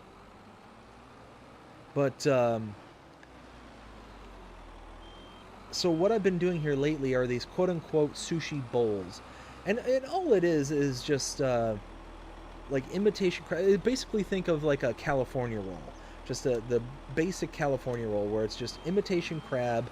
Or I might be thinking of like a variant of the California roll, but it's imitation crab, cream cheese, rice, nori, which is the kind of seaweed, the flavored seaweed, um, cucumbers, and avocado, right? So that's typically what I'll do, and just put it into a bowl and kind of eat it just like that.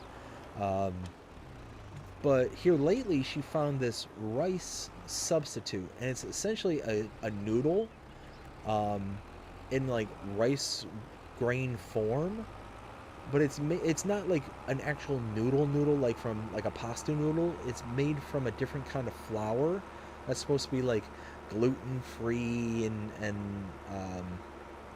like it's supposed to be more healthy than like a normal pasta noodle. And she's been using that in place of the rice. And she asked if I could make actual sushi, my version of sushi, with that as the replacement for the rice. And I was very skeptical. I was very hesitant about um, making it that way because it's a noodle. It's not a rice, so you can't make it sticky like you need sushi rice to be. And to make rice sticky, um, just a quick kind of overview. You have to wash your rice first to make it all the excess starch and whatnot. Once you get all the excess starch off, you can then cook it. Once it's cooked to your preference. I just realized I'm not going in the right direction, am I? Not even a little bit. Let's get turned around. There we go. But then what I do is, after it's cooked, I'll add a little bit of seasoned rice vinegar directly to the rice and mix it about and let it sit for a little, like maybe, I don't know, 2 to 5 minutes. And after it sits, it kind of gets that good sticky, sushi rice texture and works really well, kind of thing. And what I'll do for the roll itself is, because I don't have, well, I think I might have a rolling mat somewhere. I just can't remember where it's at. But what I use is I'll take saran wrap and I'll lay down the nori, the seaweed, flat on the counter.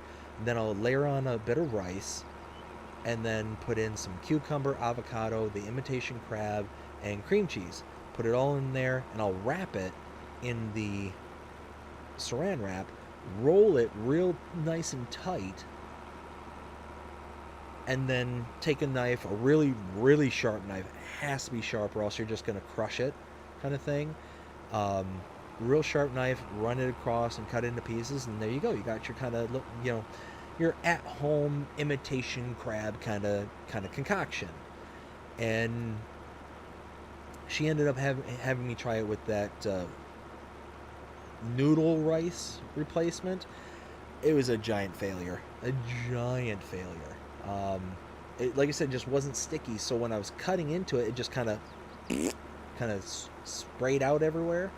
Just didn't work. And she ended up having I think she had maybe 1 or 2 bites of that one, and then she's like, "No, I'm not really digging this because 1, the texture's way off, and 2, the flavor of it was like really kind of soggy, kind of thing. So it was just really kind of turning her stomach." So, at the end of the day, it just didn't work out. Let's see. Jay says the lower part of Michigan. Okay, so don't know if you knew this, but I'm originally from Michigan, and actually from just north of Ann Arbor is where I grew up. So it was, Michigan was my home for well over 22, 23 years, give or take. I think I was 23 when I finally moved to Florida. And whoops. Close that. Drop that off. Let's see. We are the cherry capital of the world. 100%. Love me some good old Michigan cherries. Love Michigan cherries. Actually, one thing, I'll be honest, one thing I really miss about Michigan, I don't get it often unless I come up for a visit, because I still got tons of family up there. The tomatoes. The tomatoes up there are miles above what you can get down here in Florida. I have yet to this day found a good tomato down here in Florida. Michigan tomatoes. I used to go to just a little. It's actually not little in comparison to some of the other places I've been around. But basically like a fruit stand kind of thing.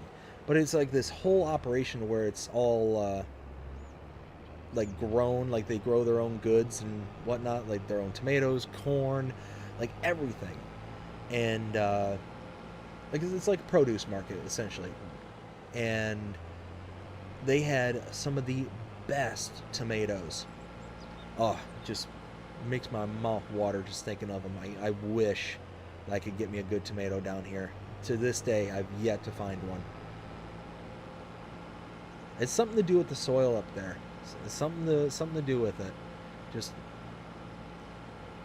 even the ones I've found like locally grown here just don't have that same kind of taste and whatnot. That same kind of pop of flavor that the Michigan tomatoes I've had. Let's see. Jay also says born and raised. Hey, good on you. Good on you. Let's see. Forge says she's sounds crazy good. Yes, sir. Yes, sir. It's that that microphone that you actually helped me get, sir. I'm glad it's sounding good. Let's see. Let's go ahead and get all swiveled around here. So I forget who it was that brought this up. I had mentioned because of how the fields are in this map. I kept saying, well, how am I ever supposed to get the header hooked up if I had like crop destruction turned on? You know, without destroying crops. Like this field is a perfect example of that. How do I do that kind of thing? And I forget who it was. And when they said it, I just wanted to slap myself with the kind of aha, that kind of epiphany moment that just kind of came rocketing through. But yeah, they said take the header in with the tractor. And when they said that, I was like, wow. It's one of those I'm dumb. Like, why didn't I think of that? Why didn't I think of that? Like, I'm sitting here just racking my brain for the longest time, just like, how am I ever supposed to get this equipment set up? And here's a perfect point right here. This area down here, you could take the header with the tractor and just back it up into here, and then kind of pull it forward, hook up on this lane with your harvester, hook up right here, and then just zip off in that direction. Like, I don't know why it didn't occur to me before that. And it was just one of those, afterwards, I felt very silly, almost sheepish. Just don't know. It just...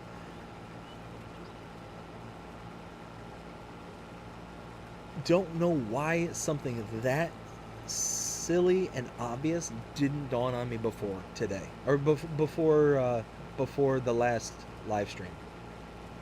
The fact that it didn't, just, I felt almost embarrassed. It's like, wow, just wow. So yeah, anybody out there who's wondering how are you supposed to farm with crop destruction turned on, that's how. So there you go. There you go. Did you hear that Michigan is going to the national championship game? I heard that they were in the Rose Bowl against Alabama in the last. I didn't hear who won, but last I heard they were ahead of Alabama. I completely spaced on it. So yeah, no, go blue, go blue. That was my team growing up there. And like I said, I've got family up there still, and my one cousin, he's actually a big Michigan State fan, so we often trade barbs going back and forth. You know, he's like, oh, you know, Michigan, blah blah blah. And what's really wild, I still to this day have no idea how it happened, no clue.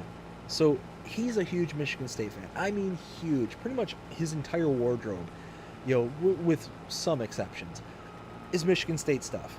You know, hats, T-shirts, the whole 9 yards. He actually worked for a little while for the radio network that was for the Spartans, for several years, as a matter of fact.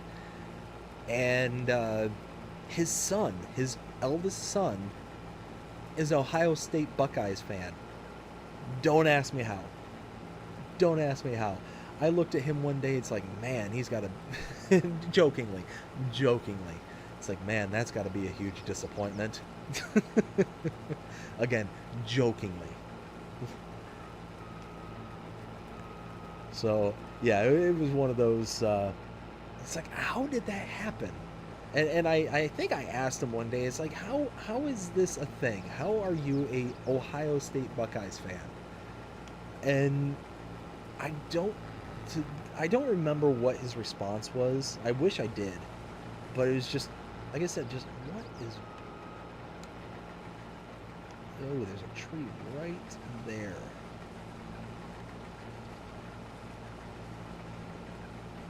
Come on. Come on. Yeah, can we? Are we gonna get it?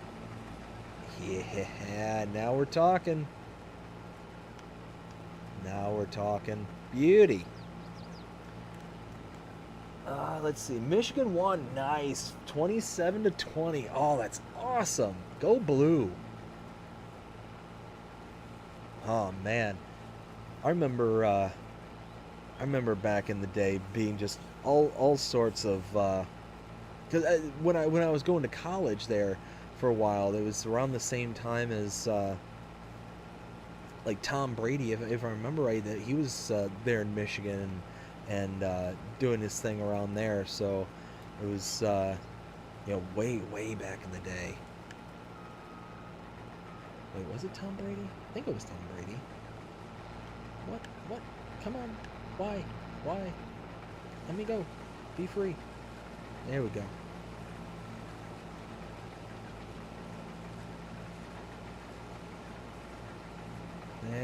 There we go. Yes, it was. Okay. Yes, okay. I'm sitting here like, wait a minute. Am I misremembering something? Which is not outside the realm of possibility?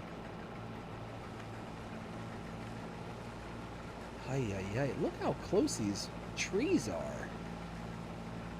They were not playing on this field. There we go. Now we're talking. Oh. There we go. So, Rusty, hey, how's it going? Hello, everyone. Jay says, hey, Rusty. Rusty says, hello, Jay. And Jay says, yeah, I know. Whoa. There we go. Rusty, how you doing tonight? Hope you're having a fantastic day so far. Gonna rock and roll here. Unload. I think we're going to do one more headland. Well, maybe not a whole headland. We'll probably end up doing one more at the other end. Yeah, and then we'll just kind of let the worker kind of turn themselves loose. Then we'll probably pick up, I'm thinking probably pick up one or two other contracts. And I'm going to pick up the straw here too. I'm going to take the straw from this contract and take it down to the farm. Because I can. I've got that forge pickup. And I tell you what, that forge pickup is an absolute beast of a unit. I love that forge pickup. The fact that we can pick up stuff from contracts, like what I'm going to do here tonight, oh, that is just an absolute game changer. Just absolute game changer. Being able to pick up all this straw from the contracts and not let it just disappear from the field is, yeah, love it. There we go. Now we're talking. And I'm thinking that we might also work on doing a little test. So actually, before I pick up on any other contracts, I might get this into a better position than what we're at now. Like get the worker working, and then we're going to do a little bit of a test because I have the farm production there at my farm, and it's the one specifically made by Cavalier Roy, and that, let's see, nope, right here. Yeah, this one here. It's the farm productions, and one of the recipes I keep meaning to test, and I think we're going to test it tonight. This one, silage additive, 0 digestate, 0 slurry, 6 water. So the way I read that is you don't need any digestate, you don't need any slurry, you just need water, right? That's the way I interpret it. So I should be able to just get some water and make silage additive. Now, what it might need is this values for digestate and slurry to be greater than 1 in order for the in order for it not to think that the recipe's broken, kind of thing. So that's what I want to test. I want to see if I can come in here and just put water in first and see if I can turn this on and start making slurry or silage additive. And if that's the case, then we're gonna rock and roll with some silage additive, right? Because why the heck not? But if it requires a value of anything greater than 1, that's still okay. It's still okay because, I mean, it's not going to use it. I could literally get 1 liter of each, and I've got hundreds of thousands of liters of digestate over at the biogas plant. I could literally just get 1 liter, dump it in there, and be done. Whoops, wrong buttons. Button, who's got the button? There we go. So let's see, what do we got going on here at the chat? We've got Rusty saying, just relaxing, about to go to bed. Oh, man, I hear you there. Gonna stay up a little bit longer, I think, and then I've actually got a busy morning in the morning. Got a couple of doctor's appointments for the missus coming up because of the baby. So we've got to go in for the next checkup tomorrow. So should see how everything's going and how everything's progressing so far. Let's see. So I think we're gonna overhang just a wee bit, maybe like that. There we go.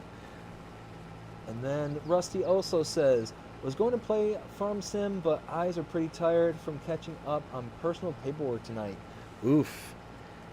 Yeah, I hear you there, Rusty. I was actually talking about this earlier. I ended up putting out a short this morning, and it was a compilation of all the crashes that I've had here recently. You know, driving around and just crashing the tractor, crashing cars, whatever. And several of them were crashes because I was exhausted. You know, because I'm a father and all that stuff, I get a very limited amount of time as to when I can play, you know, and kind of do things, you know, that I want to do. And typically that's anytime after 9:30. And once 9:30 hits, you know, I'm pretty much free to go. But if things start getting too late and whatnot, and I'm driving from place to place, I'm not above, you know, sleeping and driving at the same time. And there's been quite a few times where I've kind of woken up not knowing how I got, well, not knowing how I got where I got to, but also have ended up in some very sticky situations, you know, after kind of waking up and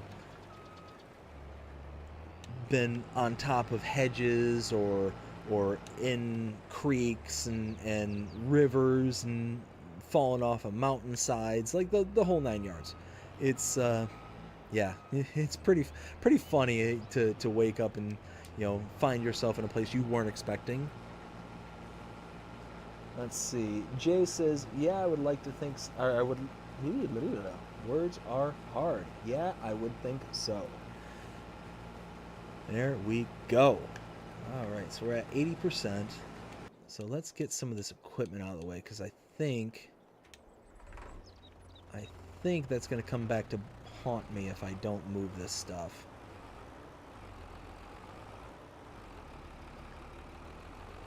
So let's move this here. We're going to grab the header trailer as well. There we go.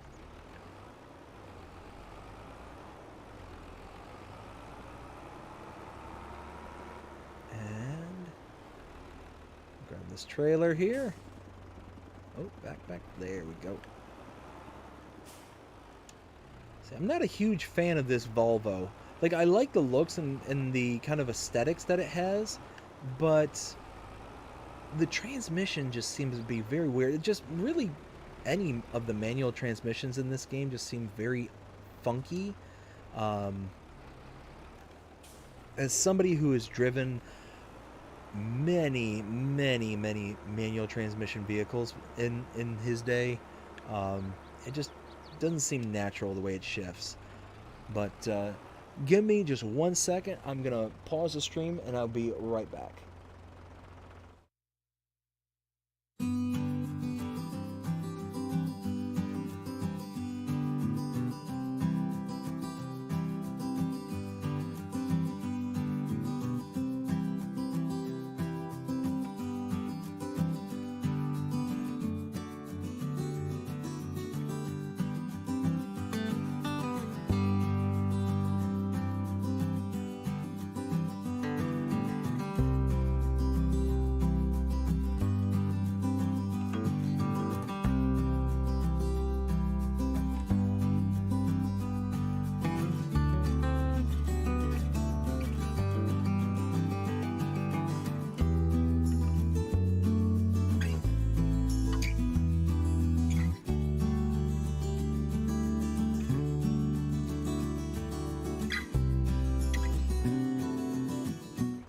Alright, so sorry about that. Let me get everything set back up on my... Nope, wrong. There we go. There we go. Rusty says, I agree, I've destroyed crops in adjacent fields plenty of times because I fell asleep. Yes. Oh my goodness. See, that's part of the reason why I don't play with crop destruction turned on, because I mean, there's been plenty of times where I've just fallen asleep and I've driven through fields, I've driven through like just the weirdest places. And actually, I think personally, one of the funniest shorts that I have on the channel was back on Hills of Tuscany. And it wasn't even me personally, it was just something that happened. So I had set a worker to take my to take my tractor from one location of the map to the other. And as the worker was driving, all of a sudden it collided with another car in the AI spline, kind of the traffic spline, and it sent my tractor rocketing across the map and pretty much back to where I first started. And they were a good chunk down the road when that happened. So it was one of those things where, because I'd walked away, the whole reason I was having the worker take it there is I had to go, it was either go use the restroom or something, and I was recording my my Let's Play. So it was like the actual like edited part of my content. And I came back and my tractor is flipped upside down on its side and right back towards the beginning of where I started, kind of thing. So it's like I came back to complete chaos, kind of thing. So I had no idea what was going on. I was so confused. But then I ended up watching the playback to figure out what happened. It was like, oh yeah, that's gonna be a short. That's gonna be a short. Forge says, was that Sunshine shaking? No, that was Jack. Jack was laying here on the couch beside me, and I guess he decided to go lay in one of his beds in the room. Actually, Sunshine is, I'm pretty sure she is sitting cowering underneath my desk in the other room. So, like I was mentioning earlier, here in the great state of Florida, we've got a lot of people who love to see their money go boom. So every year, oh, that's what I'm doing. every year on New Year's and on the 4th of July, there are fireworks aplenty.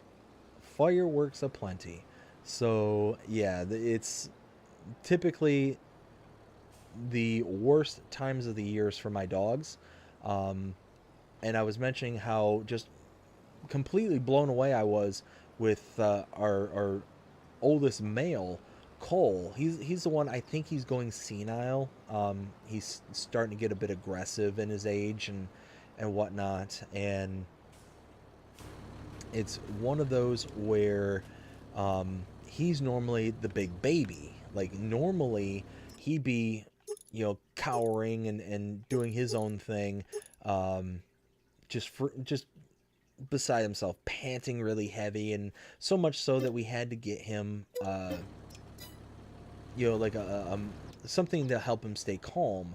I think it's called trazodone, is what it's called, and basically, my wife and I, we joke, but it's basically his, you know, for lack of better words, but this is what we use around the house. His effort pill, and it's just one of those where he just doesn't care that the world could be ending. He wouldn't care. He would not care. He's a completely different animal. But this year, this New Year's, for some reason, he didn't care. Didn't care that there were fireworks going off. It's like he didn't even acknowledge them.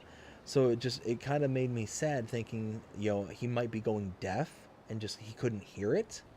Because again, this is a wildly different reaction than what he normally has when it comes to the New Year kind of thing. Because everybody was touching him off around us.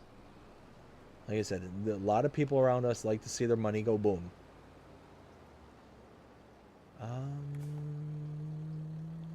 Let's see. Probably should go with this. No, I think I go back here. Let's see if I can. Nope. Nope. Come on. Ah. What are you doing? It's the only thing about this trailer that's really difficult is that it's so long.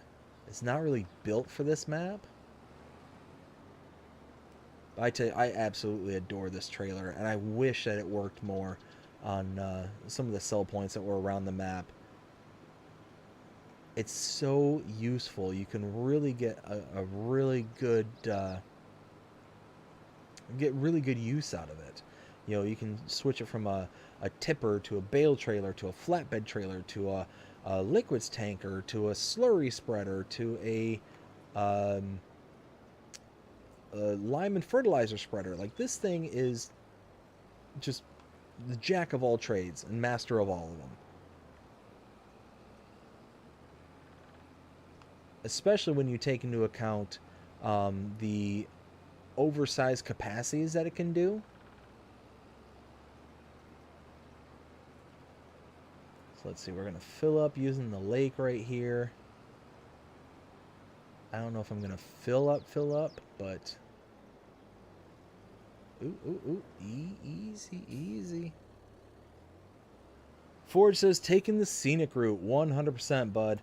100%. Gotta take that scenic route every once in a while. There we go. Get us some water. I'm really hoping this little Valtra here has enough oomph to get this tractor, or get this trailer out. Well, we're gonna see. We're definitely gonna see if this thing has the grunt necessary. Here, you know what? Oh, wow. I was able to yank that, no problem. Okay. Well, let's keep on keeping on. How's that looking? Oh, well, here, let's... Not gonna have a ton of room. Where am I taking this? Oh, pfft, right around the corner? Okay. Whatever I get as leftovers is gonna go directly into the chicken coop. There we go. Let's drop that right there. Oh dear. Oh dear. Oh dear. Oh dear. We got a problem. Stop filling up. Stop. Danger. Danger, Will Robinson. Danger.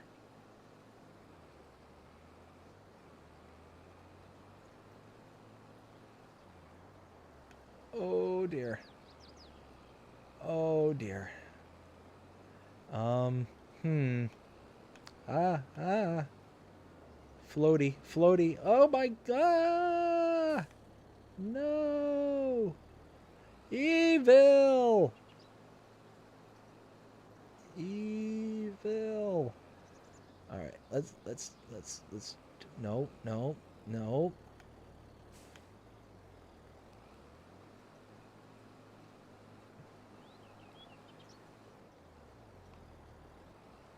Okay. Hmm. All right. Well, we're going to have to forge. Never seen a tractor do a wheelie. Well, you have now. uh, didn't you know, Forge, that we've got some real good what is that tractor pulls that goes on around here. What's funny is that's kind of a joke and kind of not. We actually do, as a mod, have tractor pulling equipment. So, oh, and now they're full. I really hope that the weight that I have will be able to handle. Huh. Well, we're gonna see. Oh dear. Just came barreling out of there like. Let's see. So, I've got, I think it's 1,000 pound weight.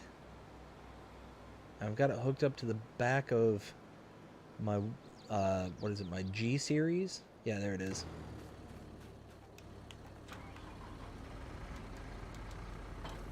Leave that. Nope. Okay. There's the G series. Back to the T series. Okay. I tell you what, I love these weights for tractors. This one in particular, the amount of light that this weight projects onto the rest of the map is just phenomenal. Just absolutely, just mind-bogglingly bright. This actually makes the difference between being able to, work at night or not, in my opinion, because oftentimes I don't work at night because it's just so difficult to see what you're doing, what you're working on, especially if you don't have like proper equipment, like with good lighting and all that. Um, yeah, it just gets to be too difficult to do night farming sometimes. So this weight here just gives that extra kind of pow, and it especially on trees and stuff, it really helps kind of brighten up the horizon.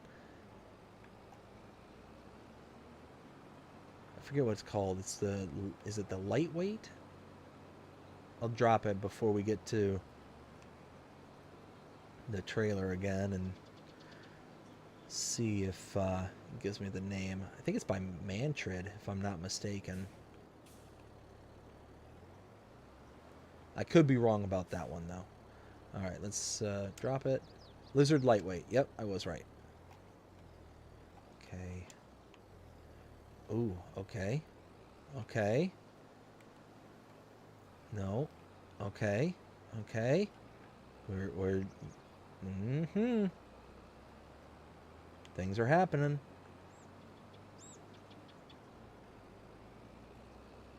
I can tell that the front is still very, very light. Like, I don't have the amount of turning power as I'd like, but at least we're kind of going straight. Oh dear. All right. You know what? I need to drive like I'm back in a Michigan winter, and just go slow and not expect to be able to turn. Good old Michigan winter. Oh, oh, oh.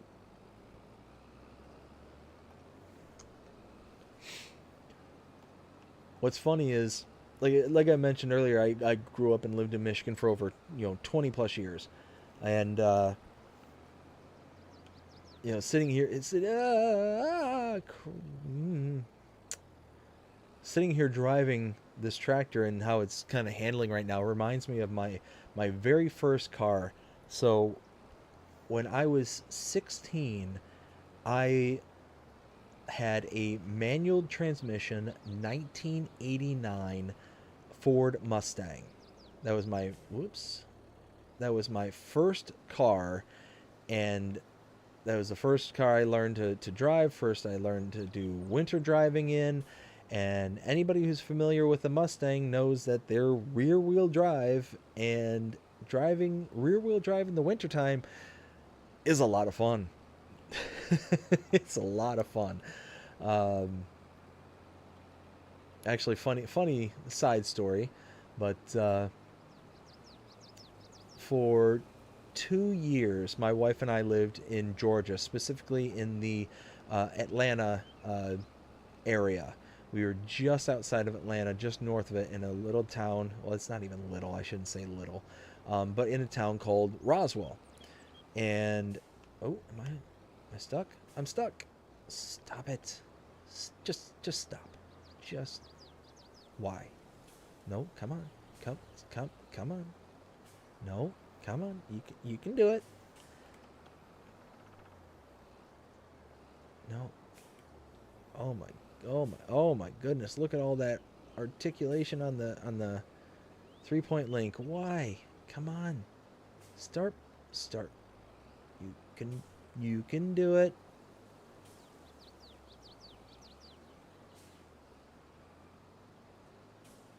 Oh, come on. Come on. Do or do not. There is no try. All right. Well, I think I'm going to have to roll back down the hill.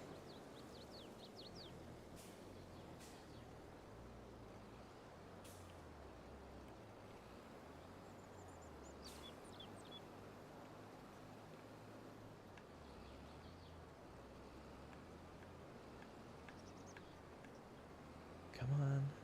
Come on. No, stop.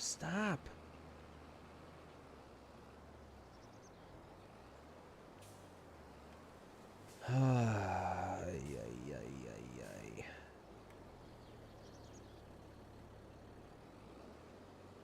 I don't know what to do. I can't dump it out.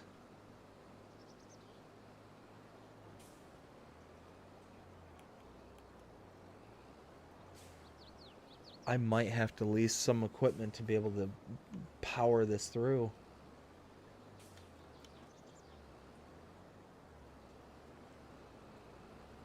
You know what? Hold on. Maybe it's because of the transmission I got. Maybe because it's a manual trans. Hold on. Let's let's head back to the farm. I'm not gonna lose anything by trying this. Let's do this. Let's leave the drawbar. Leave that there. Okay.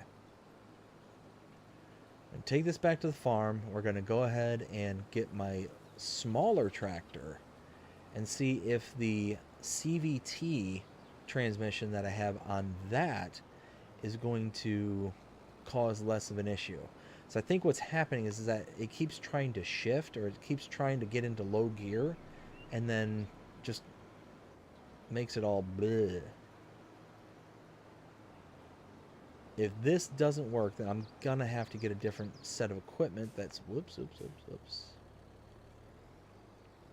It's got some more grunt.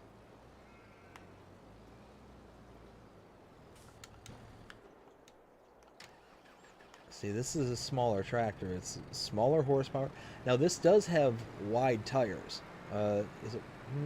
Might be normal tires, but it's also that CVT transmission, so it's not going to try and shift. It's just going to be drive or reverse. One of those two. Continuously variable transmission. CVT. There we go. Let's give this a try. I need a drum roll.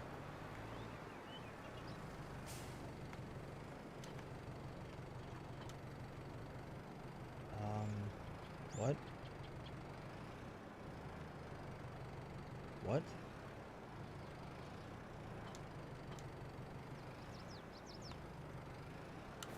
What's happening?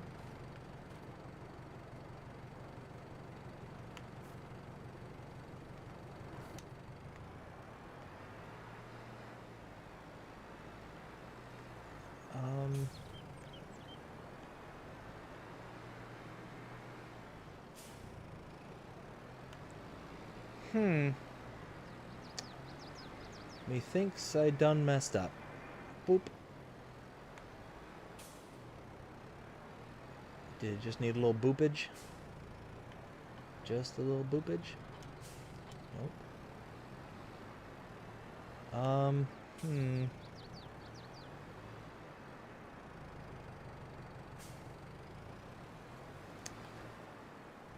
Well,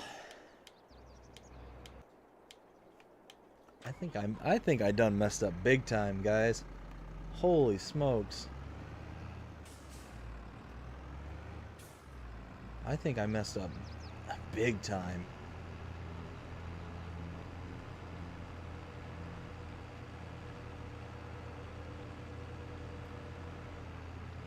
Because if this doesn't work, then I don't know what I can do. Ooh, you know what? Actually, Oops, not there. So here's the thing, is I might, with the weight on the rear, might be able to pick this up just high enough to get it connected.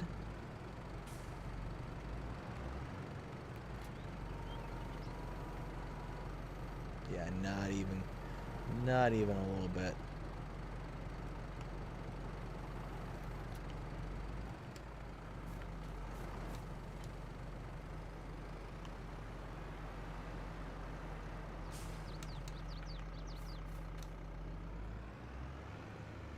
Let's see.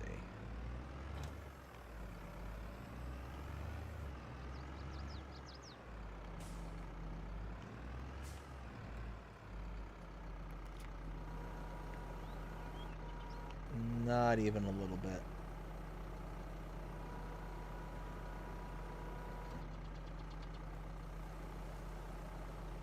Oh man, I don't know what to do. Alright, the only thing that I can think of to... Okay, yep. There's one... No, I can't even do that. Shoot. Yeah, I can't even do that. I was going to say I could get one of the global goods pallets and try and unload into there, but I can't do that because I can't hook up to it. Oh dear, oh dear, oh dear,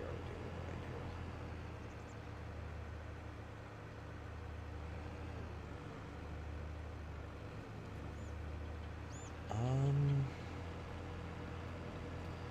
I could reset it, but then I lose all that water, and the whole point of this was to get water.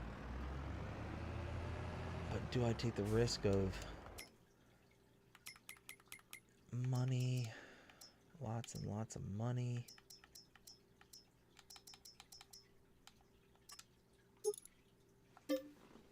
$17 grand. That pretty much wipes out everything that I had up until this point.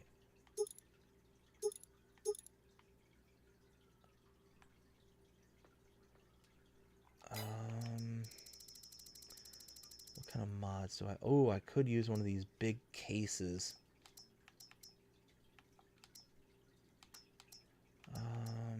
17, 21, 21. So these would be more than enough grunt.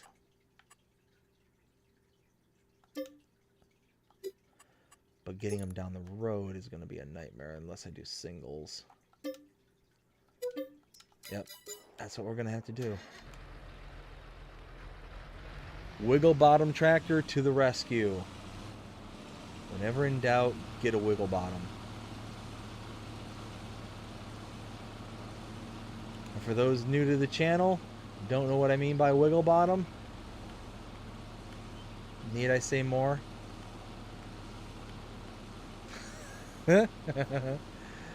Oh, goodness. So, reason that I call him a wiggle bottom tractor is it reminds me of a dog just sitting there wagging its bottom, you know, back and forth. And good luck ever getting that visual out of your head.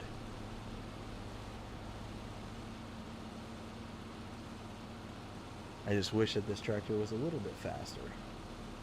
But, like I was saying earlier, could be worse. Oh, no, it's worse. Oh, it's so much worse. Oh, I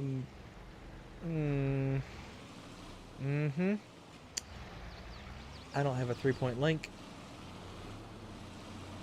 Which means I can't connect to that, the ball hitch. Ay, ay, ay, ay, ay. What am I doing?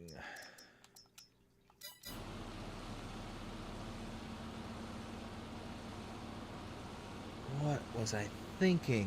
Guys, why? Why am I so short-sighted?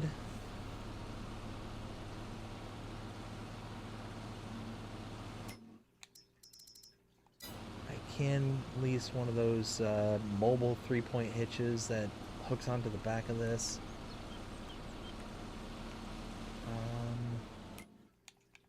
It's under miscellaneous.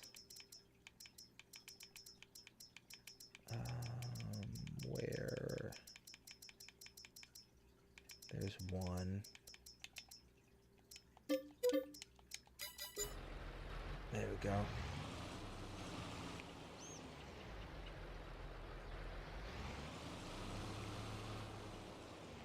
No.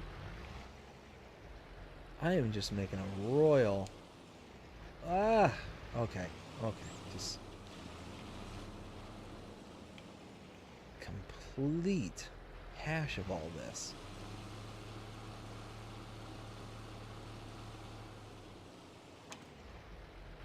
Alright, now clobbered.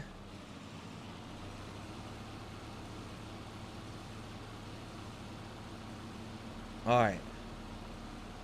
Now we need that theme song. Dun, dun, dun, dun, dun, dun, dun, dun, dun, dun, dun, charge! Dun, dun, dun, dun, dun, dun. Steiger to the rescue, Steiger. Now all we need is Dust Bunny, just Steiger.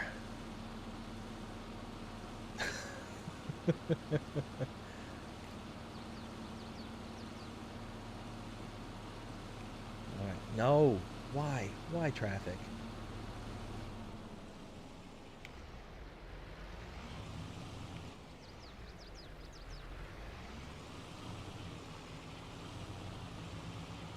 When in doubt, muscle your way through it. There we go. Okay, now. Okay, take a deep breath. Woosah. Bad Boys 2, like we were talking about the other day. Woosah. We're gonna get there. We're gonna get there. One of these days. One of these days.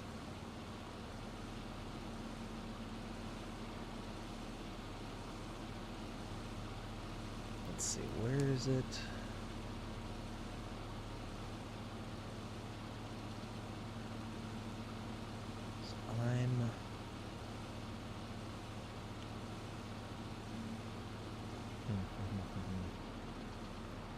don't flip it.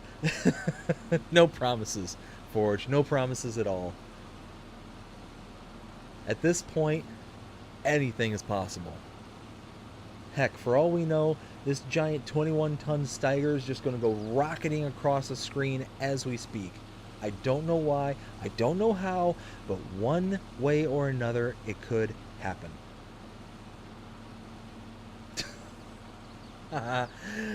Oh my goodness. So, that don't flip it just reminded me of a story. So, there was a guy that I worked with, really, really cool guy. He's from New York, and we used to go out to the bars and hang out. And he's by far the bigger drinker. I'm not a big drinker whatsoever, but he was telling me a story about how he was in New York with his sister, and they were adults. It's not like they were kids or anything, but they had gone to a mall and they had one of those jumping kind of trampoline things that you'd see at some malls, and I guess his sister was making this big to-do about, oh, you know, I would love to go and try it and do this, that, and the other thing. And he's like, well, why don't you go try it? It's like, no, I don't know. And she was just doing this kind of humming, hawing back and forth. No, I don't think I should. I don't think so. So he's like, no, go and do it. And then he just went over and paid for it. And you know, basically, he's like, well, now you got to do it because I paid for it, kind of thing. And all of a sudden, he's sitting there in like this the real big like New York accent, because he had the thick New York accent. He's sitting there like just yelling across the big room, or not room, but the kind of area that they're in. And he's sitting there just saying, you know, do something, because all she's doing is just jumping up and down. She's not actually like doing anything besides jumping up and down. He's like, I paid $15 for this. Do a flip or something. He's throwing in a lot of cursing and all that stuff. I'm not gonna say that here on YouTube, but it was just the way that he said it in his accent, in his New York accent. I was just dying. I was just laughing so hard, him telling this story. And I'd met his sister one time, so it was like he was telling me like the reason that he was like so frustrated about it, and after meeting her the one time, I kind of understood. Alright, so this is just... Alright, we're going to try and clobber it one more time. Maybe with the big... Let's see. I say we find the biggest hill on the map and we go max speed and see how far you get. Well, at 15 miles an hour, I don't think I'm going to get too far. And 21 tons. Well, that kind of failed, didn't it? Oh my goodness.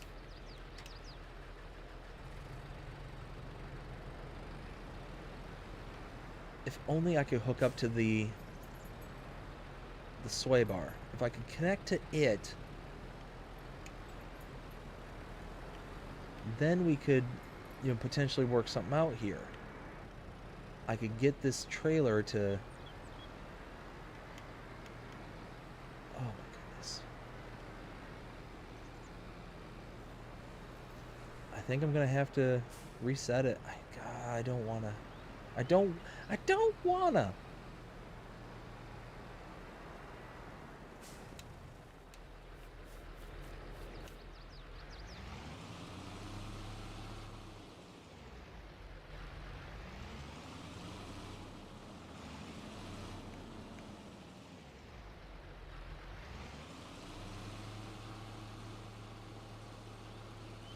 Alright. Ramming speed. Engaged.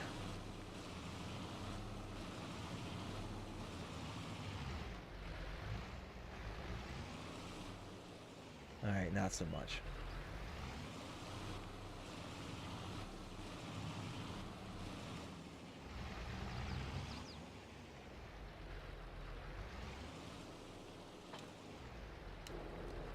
Let's get a good look at this. What is going on here? See, it's almost like it's flipped over. What if I come at it from this end?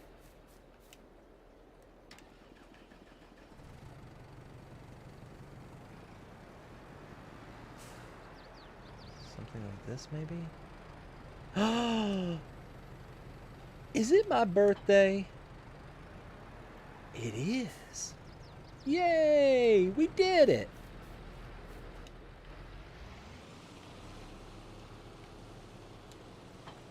Hey, Mikey, he likes it. There we go. Yes! Alright, let's see if we got the... Whoa! Excuse you. 21 tons. 21 tons, and it just made this thing do a wheelie.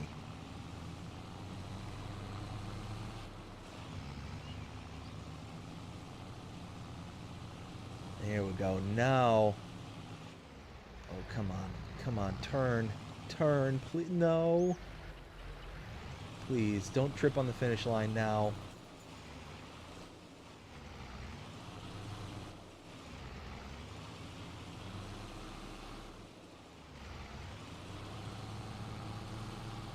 Maybe this way? Let's go, Steiger.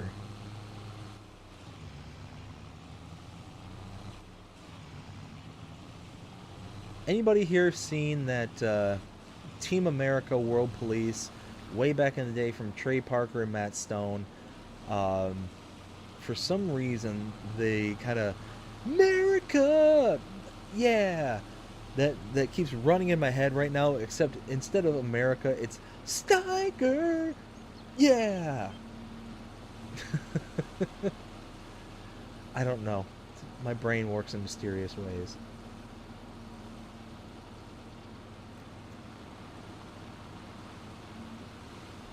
There we go.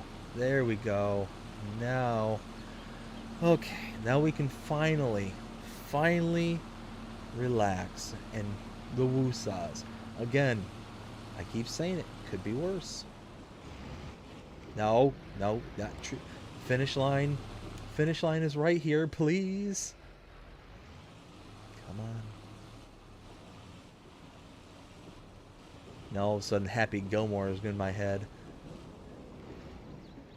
Go to your home. It's your home. Are you too good for your home? Answer me. Oh, yes. Okay. Now, finally, moment of truth. Thing that we've been all waiting for this whole time. Can we make silage additive? The recipe's not failing. It's not saying missing materials.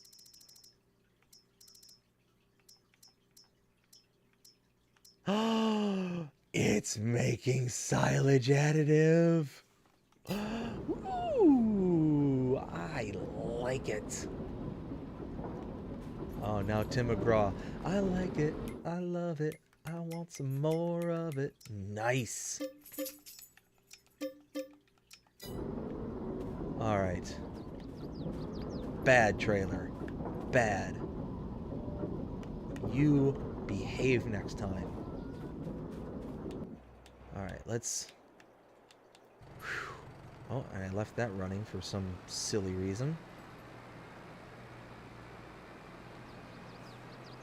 Alright, let's quickly get this back home. And finish up that contract.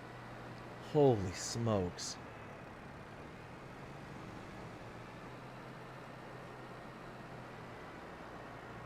See, you don't always need the right tools. But it certainly helps. With enough perseverance and pure blind stubbornness, you can get a lot accomplished.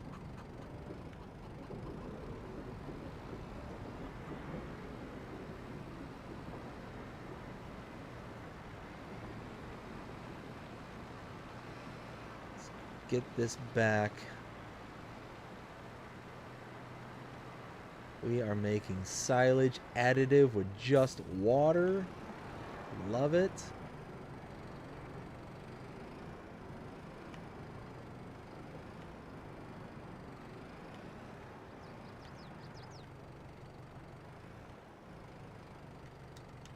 Alright.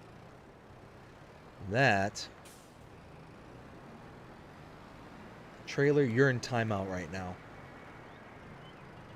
I don't want to even look at you. Okay. You know what just dawned on me? What literally just kind of hit me? We've been paying for a worker this whole time. Let that one sink in. This whole time, money's been going down because we had a worker just sitting there doing nothing. Way to go, Dave.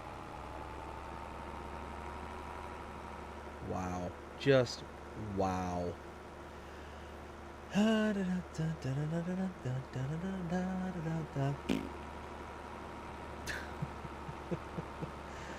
ay, ay.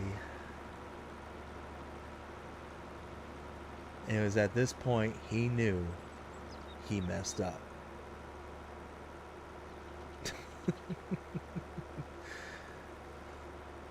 But again, it could be worse. Let's see, how can I thank your worker for their service? I am not going to thank him because I've been paying him just to sit on his butt in the harvester. See my money going down right as we speak? 11, 10, 9. That's the worker getting paid for doing nothing. I probably should have dismissed him until I got back. Oh well.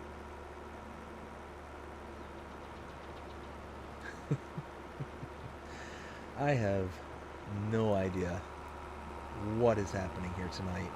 Just things went so far off the rails so quickly, and we still have to finish this contract, come back here with the forage harvester. No, darn it.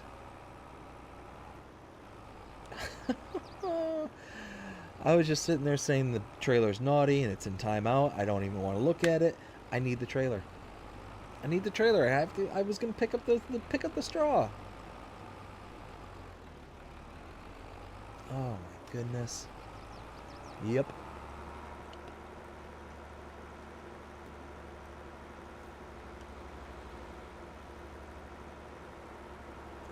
You know what? It's episodes like this that makes me want to drink. And I don't drink.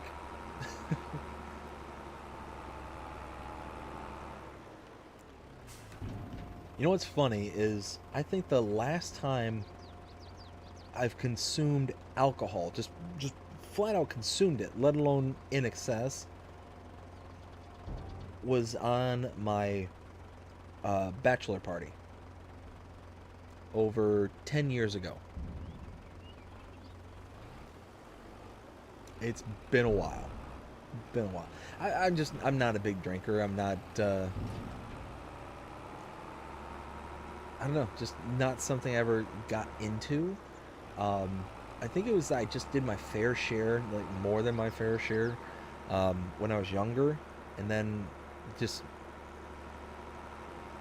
as I got older, just didn't appeal to me anymore, kind of thing. I don't know.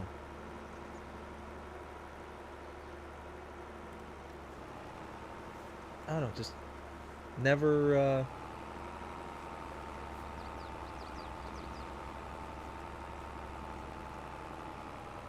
never found the one where I was like really into. And actually that's not true. My big thing are the kind of the sugary drinks, like the sugar alcohol drinks. So like the margaritas and the things like that. Those are my Achilles heel. The sweeter the better. So it's bad for me on two fronts.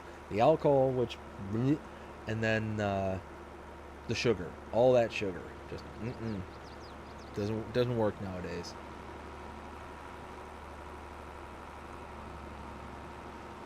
Oh, come on, Volvo. You can't go more than 22 miles an hour. We're paying somebody to sit and do nothing. Let's go. We're almost there. We're almost there. I think I can. I think I can. I think I can.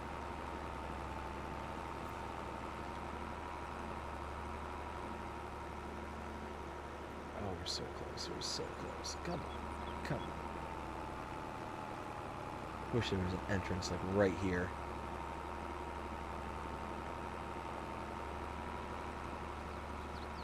Let's see. Check something out just real quick. Alright, there we go. So we are just about back at the field. Once I unload the harvester, I think I'm going to grab my trailer, my forage pickup, and we're going to start picking up all this straw here, because might as well.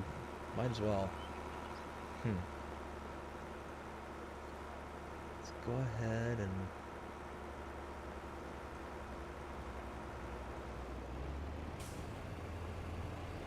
there we go.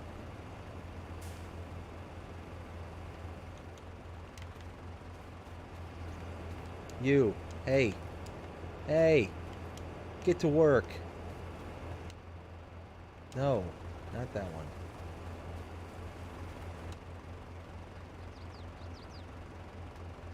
Earn all that money I paid you.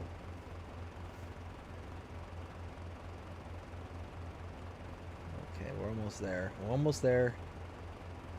Big money, big money, big money. No whammies, no whammies. Alright. Now, boop. You know what?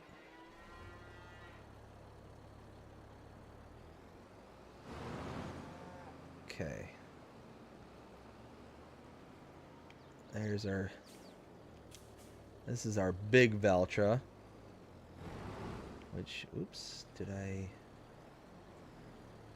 just go slamming in there and didn't connect to it? Of course. There we go. And boop. Alright, we're 2 for 2. Change this into a tipper. We're going to pick up some straw.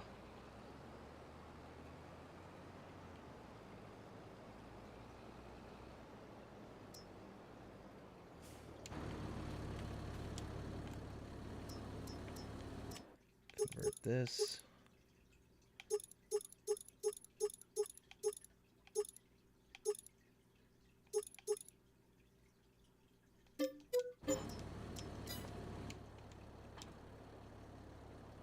There we go.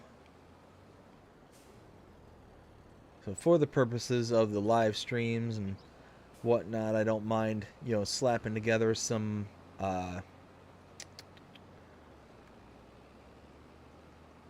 unrealistic capacities and things like that, just to kind of lessen trips and whatnot. And we are going to be starting to wind down here. Once we're done with this contract, I think we're going to be kind of good to go from there. But just one of those where if we can just limit the amount of trips, that would be nice.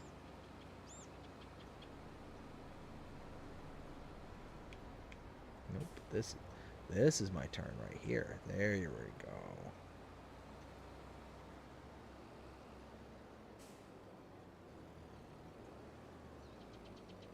Ooh, just barely squeaked through there. Barely squeaked through.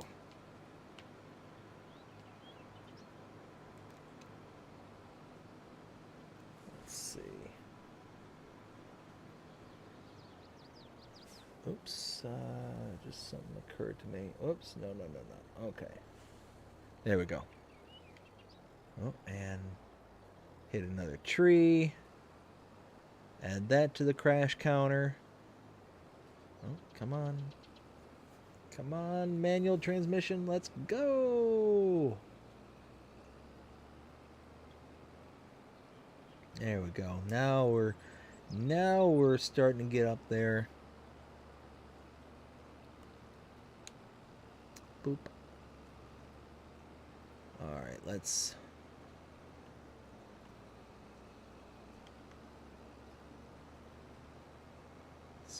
get this straw picked up.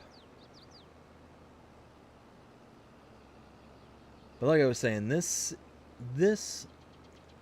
machine, this forge pickup that I'm going to be using, I absolutely adore this. The fact that we can pick up straw from contracts now because of it is just such a huge thing. Now I know we had something similar in FS19, and it wasn't until this came out recently when we could start doing this all over again. And this is huge because there's all this straw. You'll see as we pick up all this straw and we go around just how much is put out on these contracts that just goes to waste normally. If it wasn't for these kind of contracts or these kind of abilities that we have now with this particular pickup, then this would just all go to waste. Like, look at that. We're already at 10,000 liters of straw, and we're not even on the first pass of the most outer layer. That is about one side, and that is over 15,000 liters. So, I mean, you can really utilize a ton of extra product.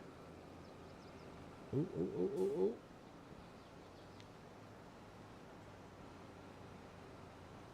There we go.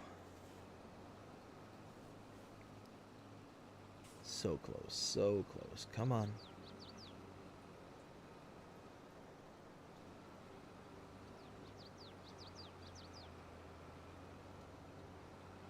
$22,000.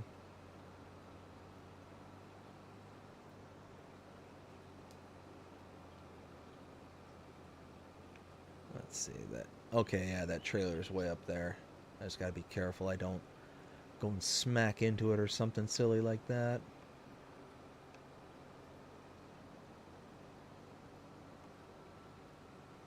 Okay. Blue. Pick up that big chunk there.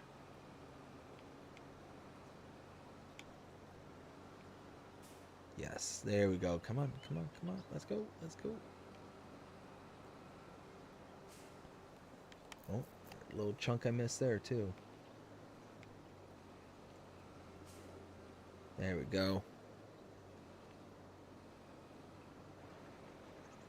Oh, full cart.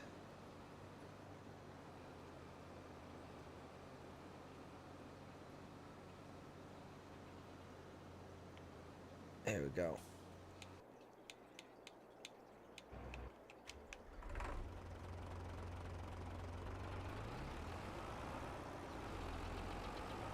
Okay, let's get this unloaded.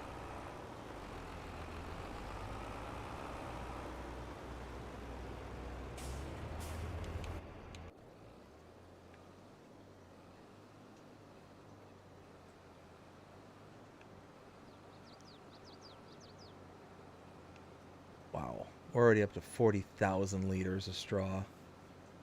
That's insane.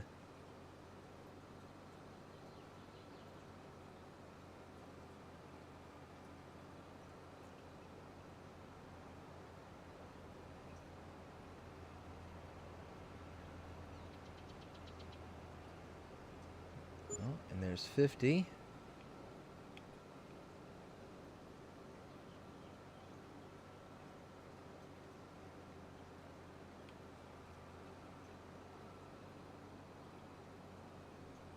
Oh, I'm skipping.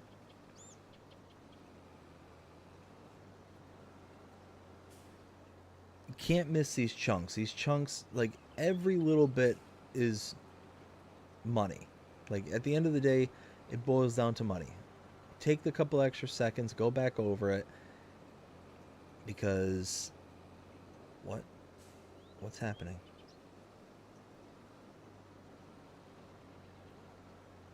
Okay.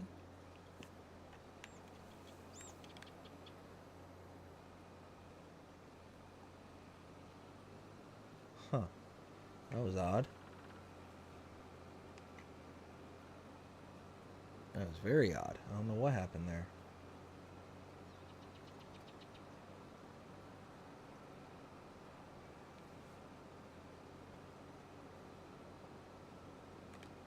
So many weird things are going on tonight. The ghosts are in machines. Oh, hey. You.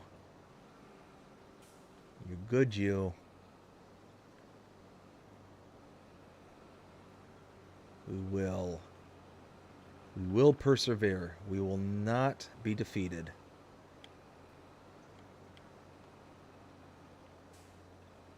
What is going on?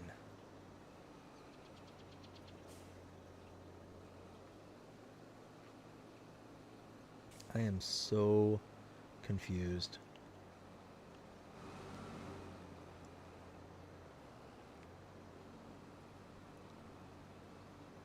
There we go.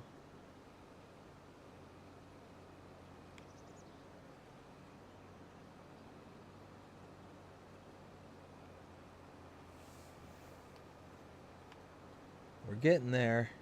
We're getting there.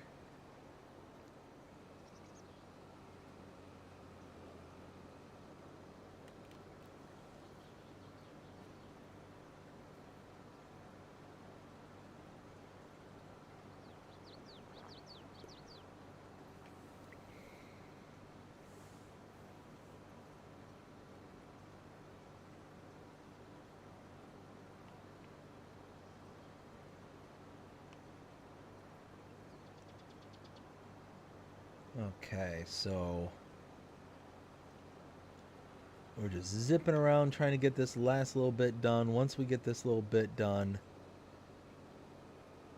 we should be pretty good.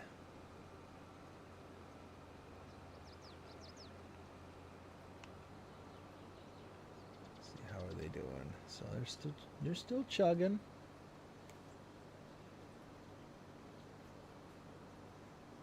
We, for the most part, have a full trailer in the other trailer over there. So we're going to have to go and deal with that here pretty quick.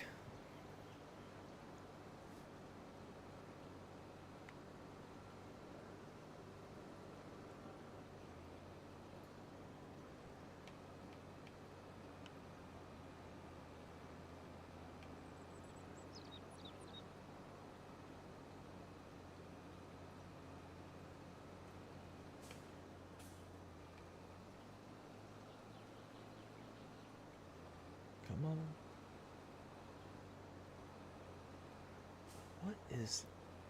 What is happening here?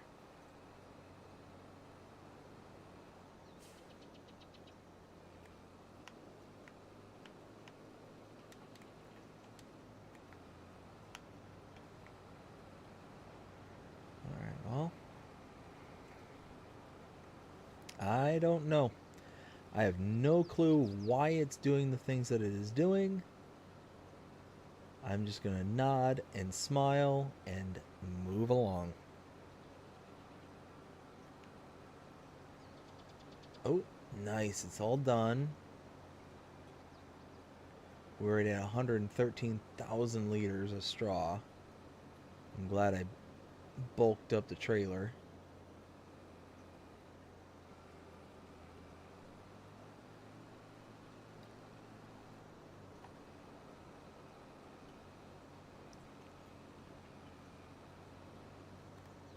Let's see.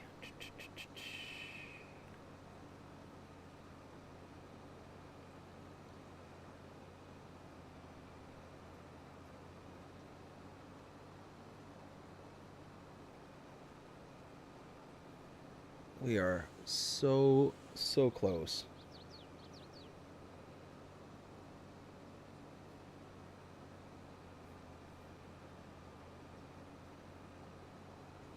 Oh, hey.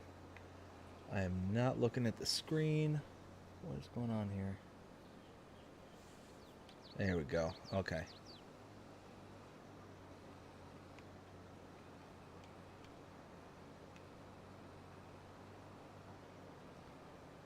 Why? Why are you treating me this way? It might be one of those where, depending on how much straw I can get off of this field, If I end up filling a trailer, I might just take a one trailer and just kind of call it from there. I don't need to get every little bit off of the field kind of thing. I don't know. We'll see.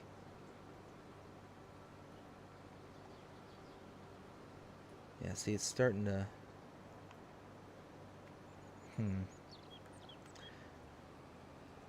You know what? I think we're going to be good from there. I'm just going to... 136,000 liters. I think that's okay.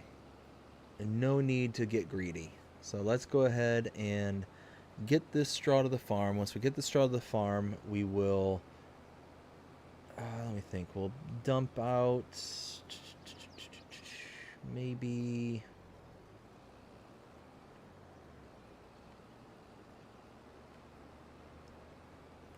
Well, let's see. What does the cows look like?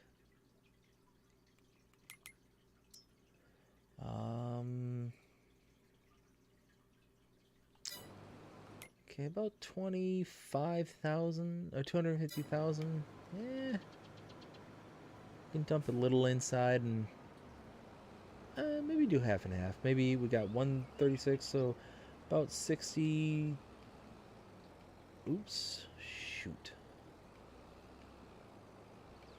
Come on. No, not again.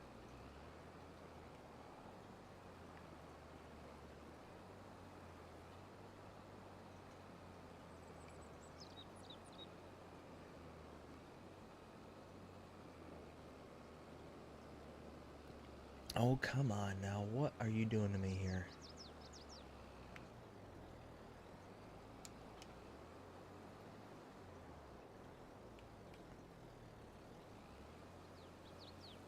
Oh, what have I done? What have I done to deserve this?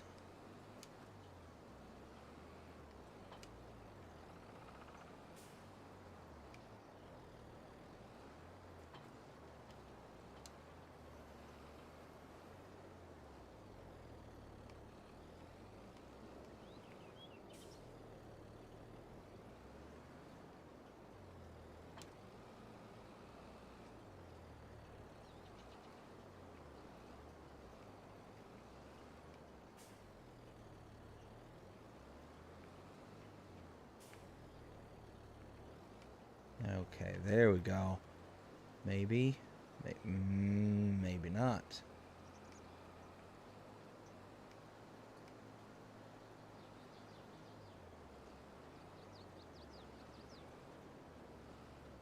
Alright, let's try this again. A little bit wider.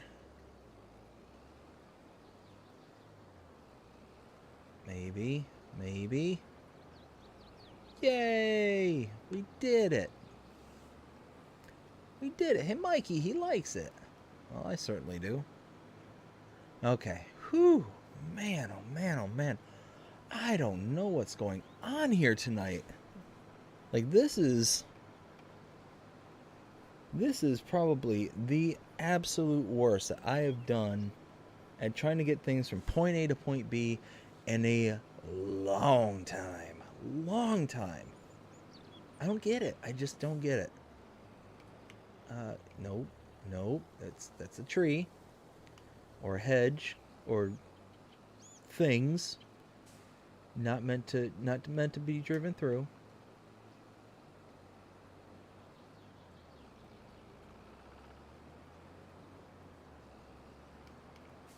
No. Will you stop finding every little thing to run into? Stop it. Stop it. You. You're better than this, you.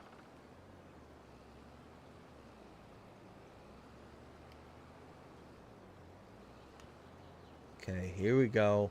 Now, approaching that finish line. Can we actually cross it or trip it?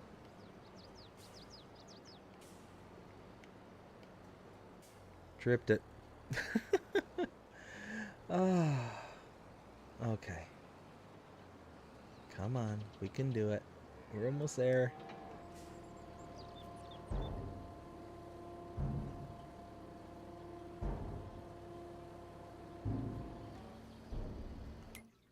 Okay.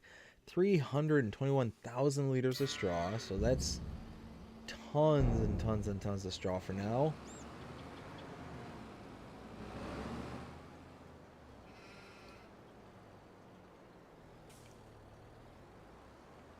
And then we'll dump the rest of the straw in the mixer.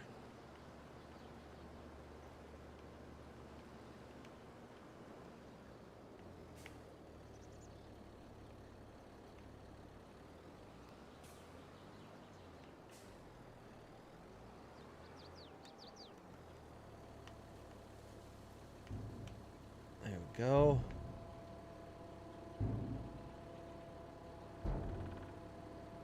Ta-da. Perfect. Alright, now we can finally and officially put this trailer to bed.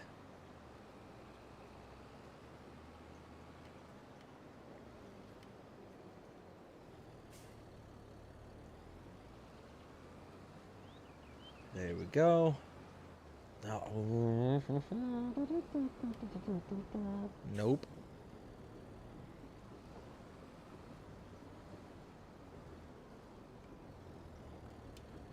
Okay.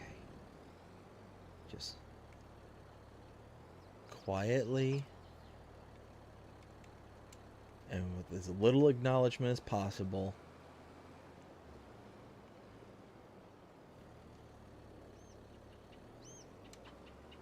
Just back up the tractor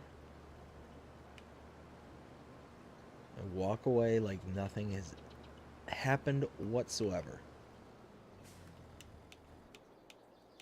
There we go.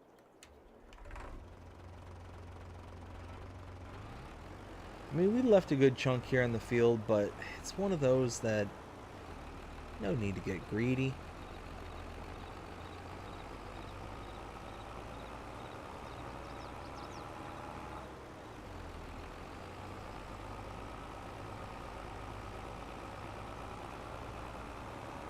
Go ahead and come over to the tractor. We'll fill up, or the harvester.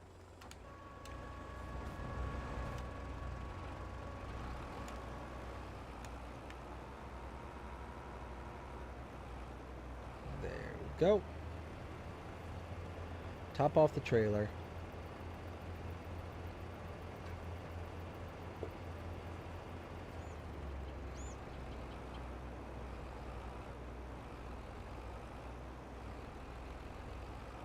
And we should have a little bit more in the harvester there. We'll have to come back and grab it.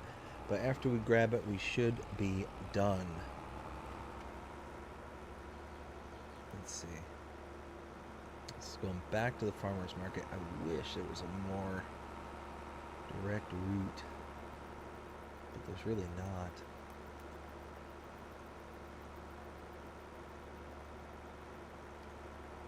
Especially since after the last update with Kevlar Roy adding collisions to all the hedges and whatnot, all the boundary points around each of these fields.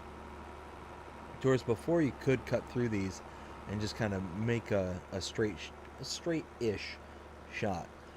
With the exception of the poles that are in between these bushes, these hedges, there was no collision whatsoever. You could just drive right through it. But now it's an obstacle. And like I've said on numerous occasions, I think that the call to make it that way, I think that is 100% justified and is a good call to make. Because what would be the point of those hedges not having boundaries, not having some kind of collision?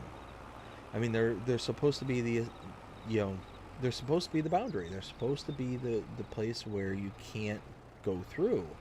And if you can't go through it, then what's the point of them even being there? You might as well just rip them all out and say nope.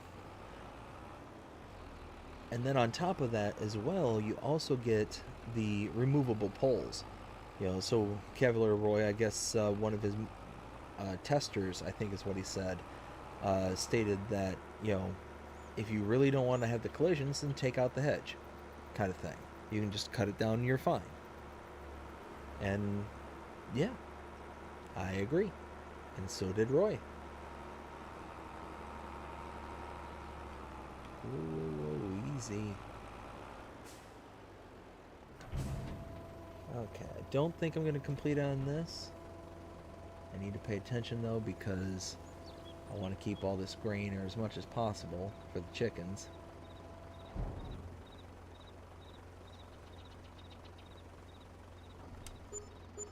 Oh, so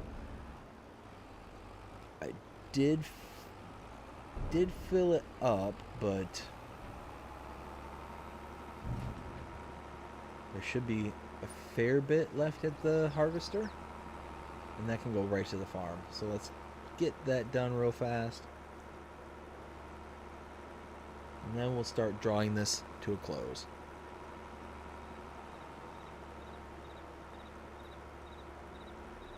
Let's see.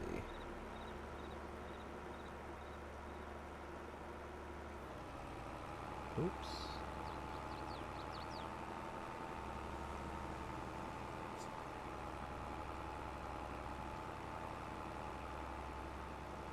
Go.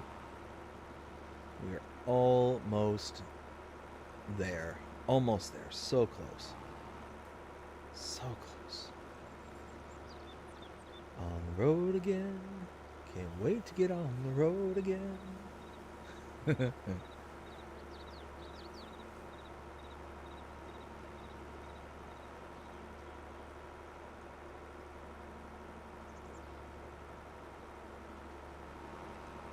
Okay, so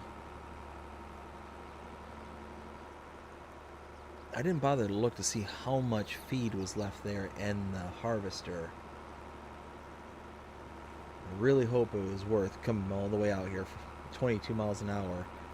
You know, it's like 100 liters of wheat and I get like just that. That would be really kind of silly and pointless. I don't think it's going to be that. I think it's best guess maybe about 2,000, maybe 1,700.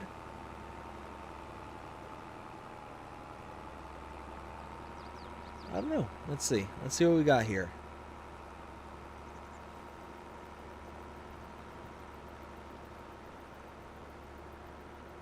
All right, come on. How much we got? Big money, no whammies, no whammies, no whammies. And stop. Okay, what do we got? What's a good word? Oh, wow.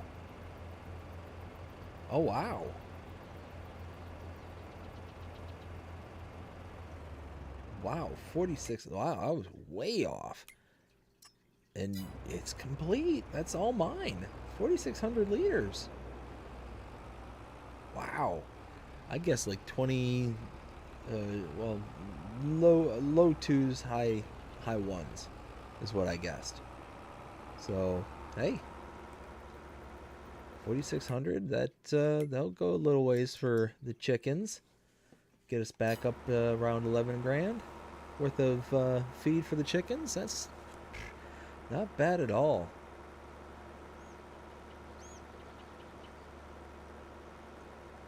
Let's go ahead and get this back to the farm.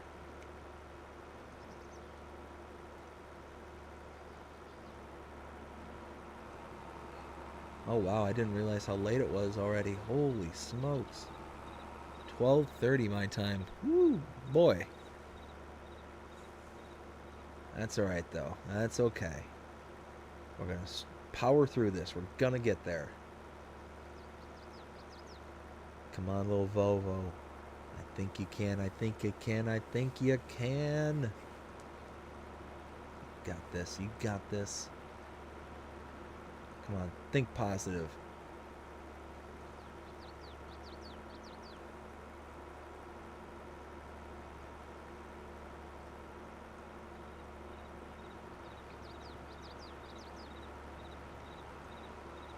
We're so close. We are so close. I gotta adjust. I didn't realize just how much I was slumping in my chair. There we go. Getting there. Come on, Volvo. Come on, power!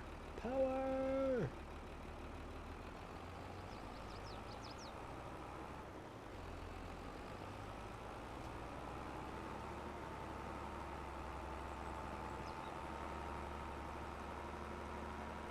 Oh, we're so close. We are so close.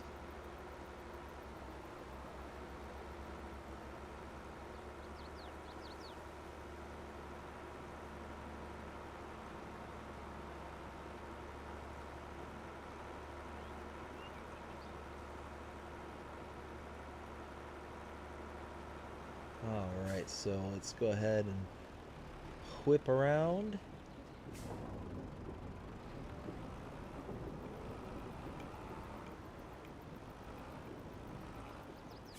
There we go. And booyah! Look at that. 12,455 for my chickens. That is awesome. Let's go ahead and complete. And there we go. Check it out. Well, we made it back up to 100,000, even though we had to basically borrow money to dig our way out of stupid stuff. But it's okay. It's okay.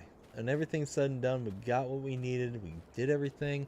We got a little extra product. We got some more red beets. We got some more wheat and chicken feed. I mean, all in all, we did fine. We did good. I'm happy with that. But I think that is going to be where we leave it. I want to thank everyone so much for coming out and hanging out tonight. We had Jody, Dust Bunny, Rusty, Forge, Abby, Mark, J-Meister. So many people came out and hung out with me tonight. I greatly appreciate every single one of you. I greatly appreciate everybody who has stopped in and said, hey, I appreciate my new subscriber, Fury Machines. Thank you so much again for being a new subscriber. Greatly appreciate it. And yeah, that's I think that's where we're gonna leave it. If I forgot anybody, I do apologize. But like I said, I do greatly appreciate every single one of you. I had an absolute ball tonight. But I hope you all enjoyed this live stream. If you did, please show me by liking, sharing, subscribing, following, commenting, doing all the things the algorithms enjoy you doing that shows you're engaged with this channel, enjoying the content. And that being said, I hope you have a fantastic day, night, evening, wherever you are in the world. Take care.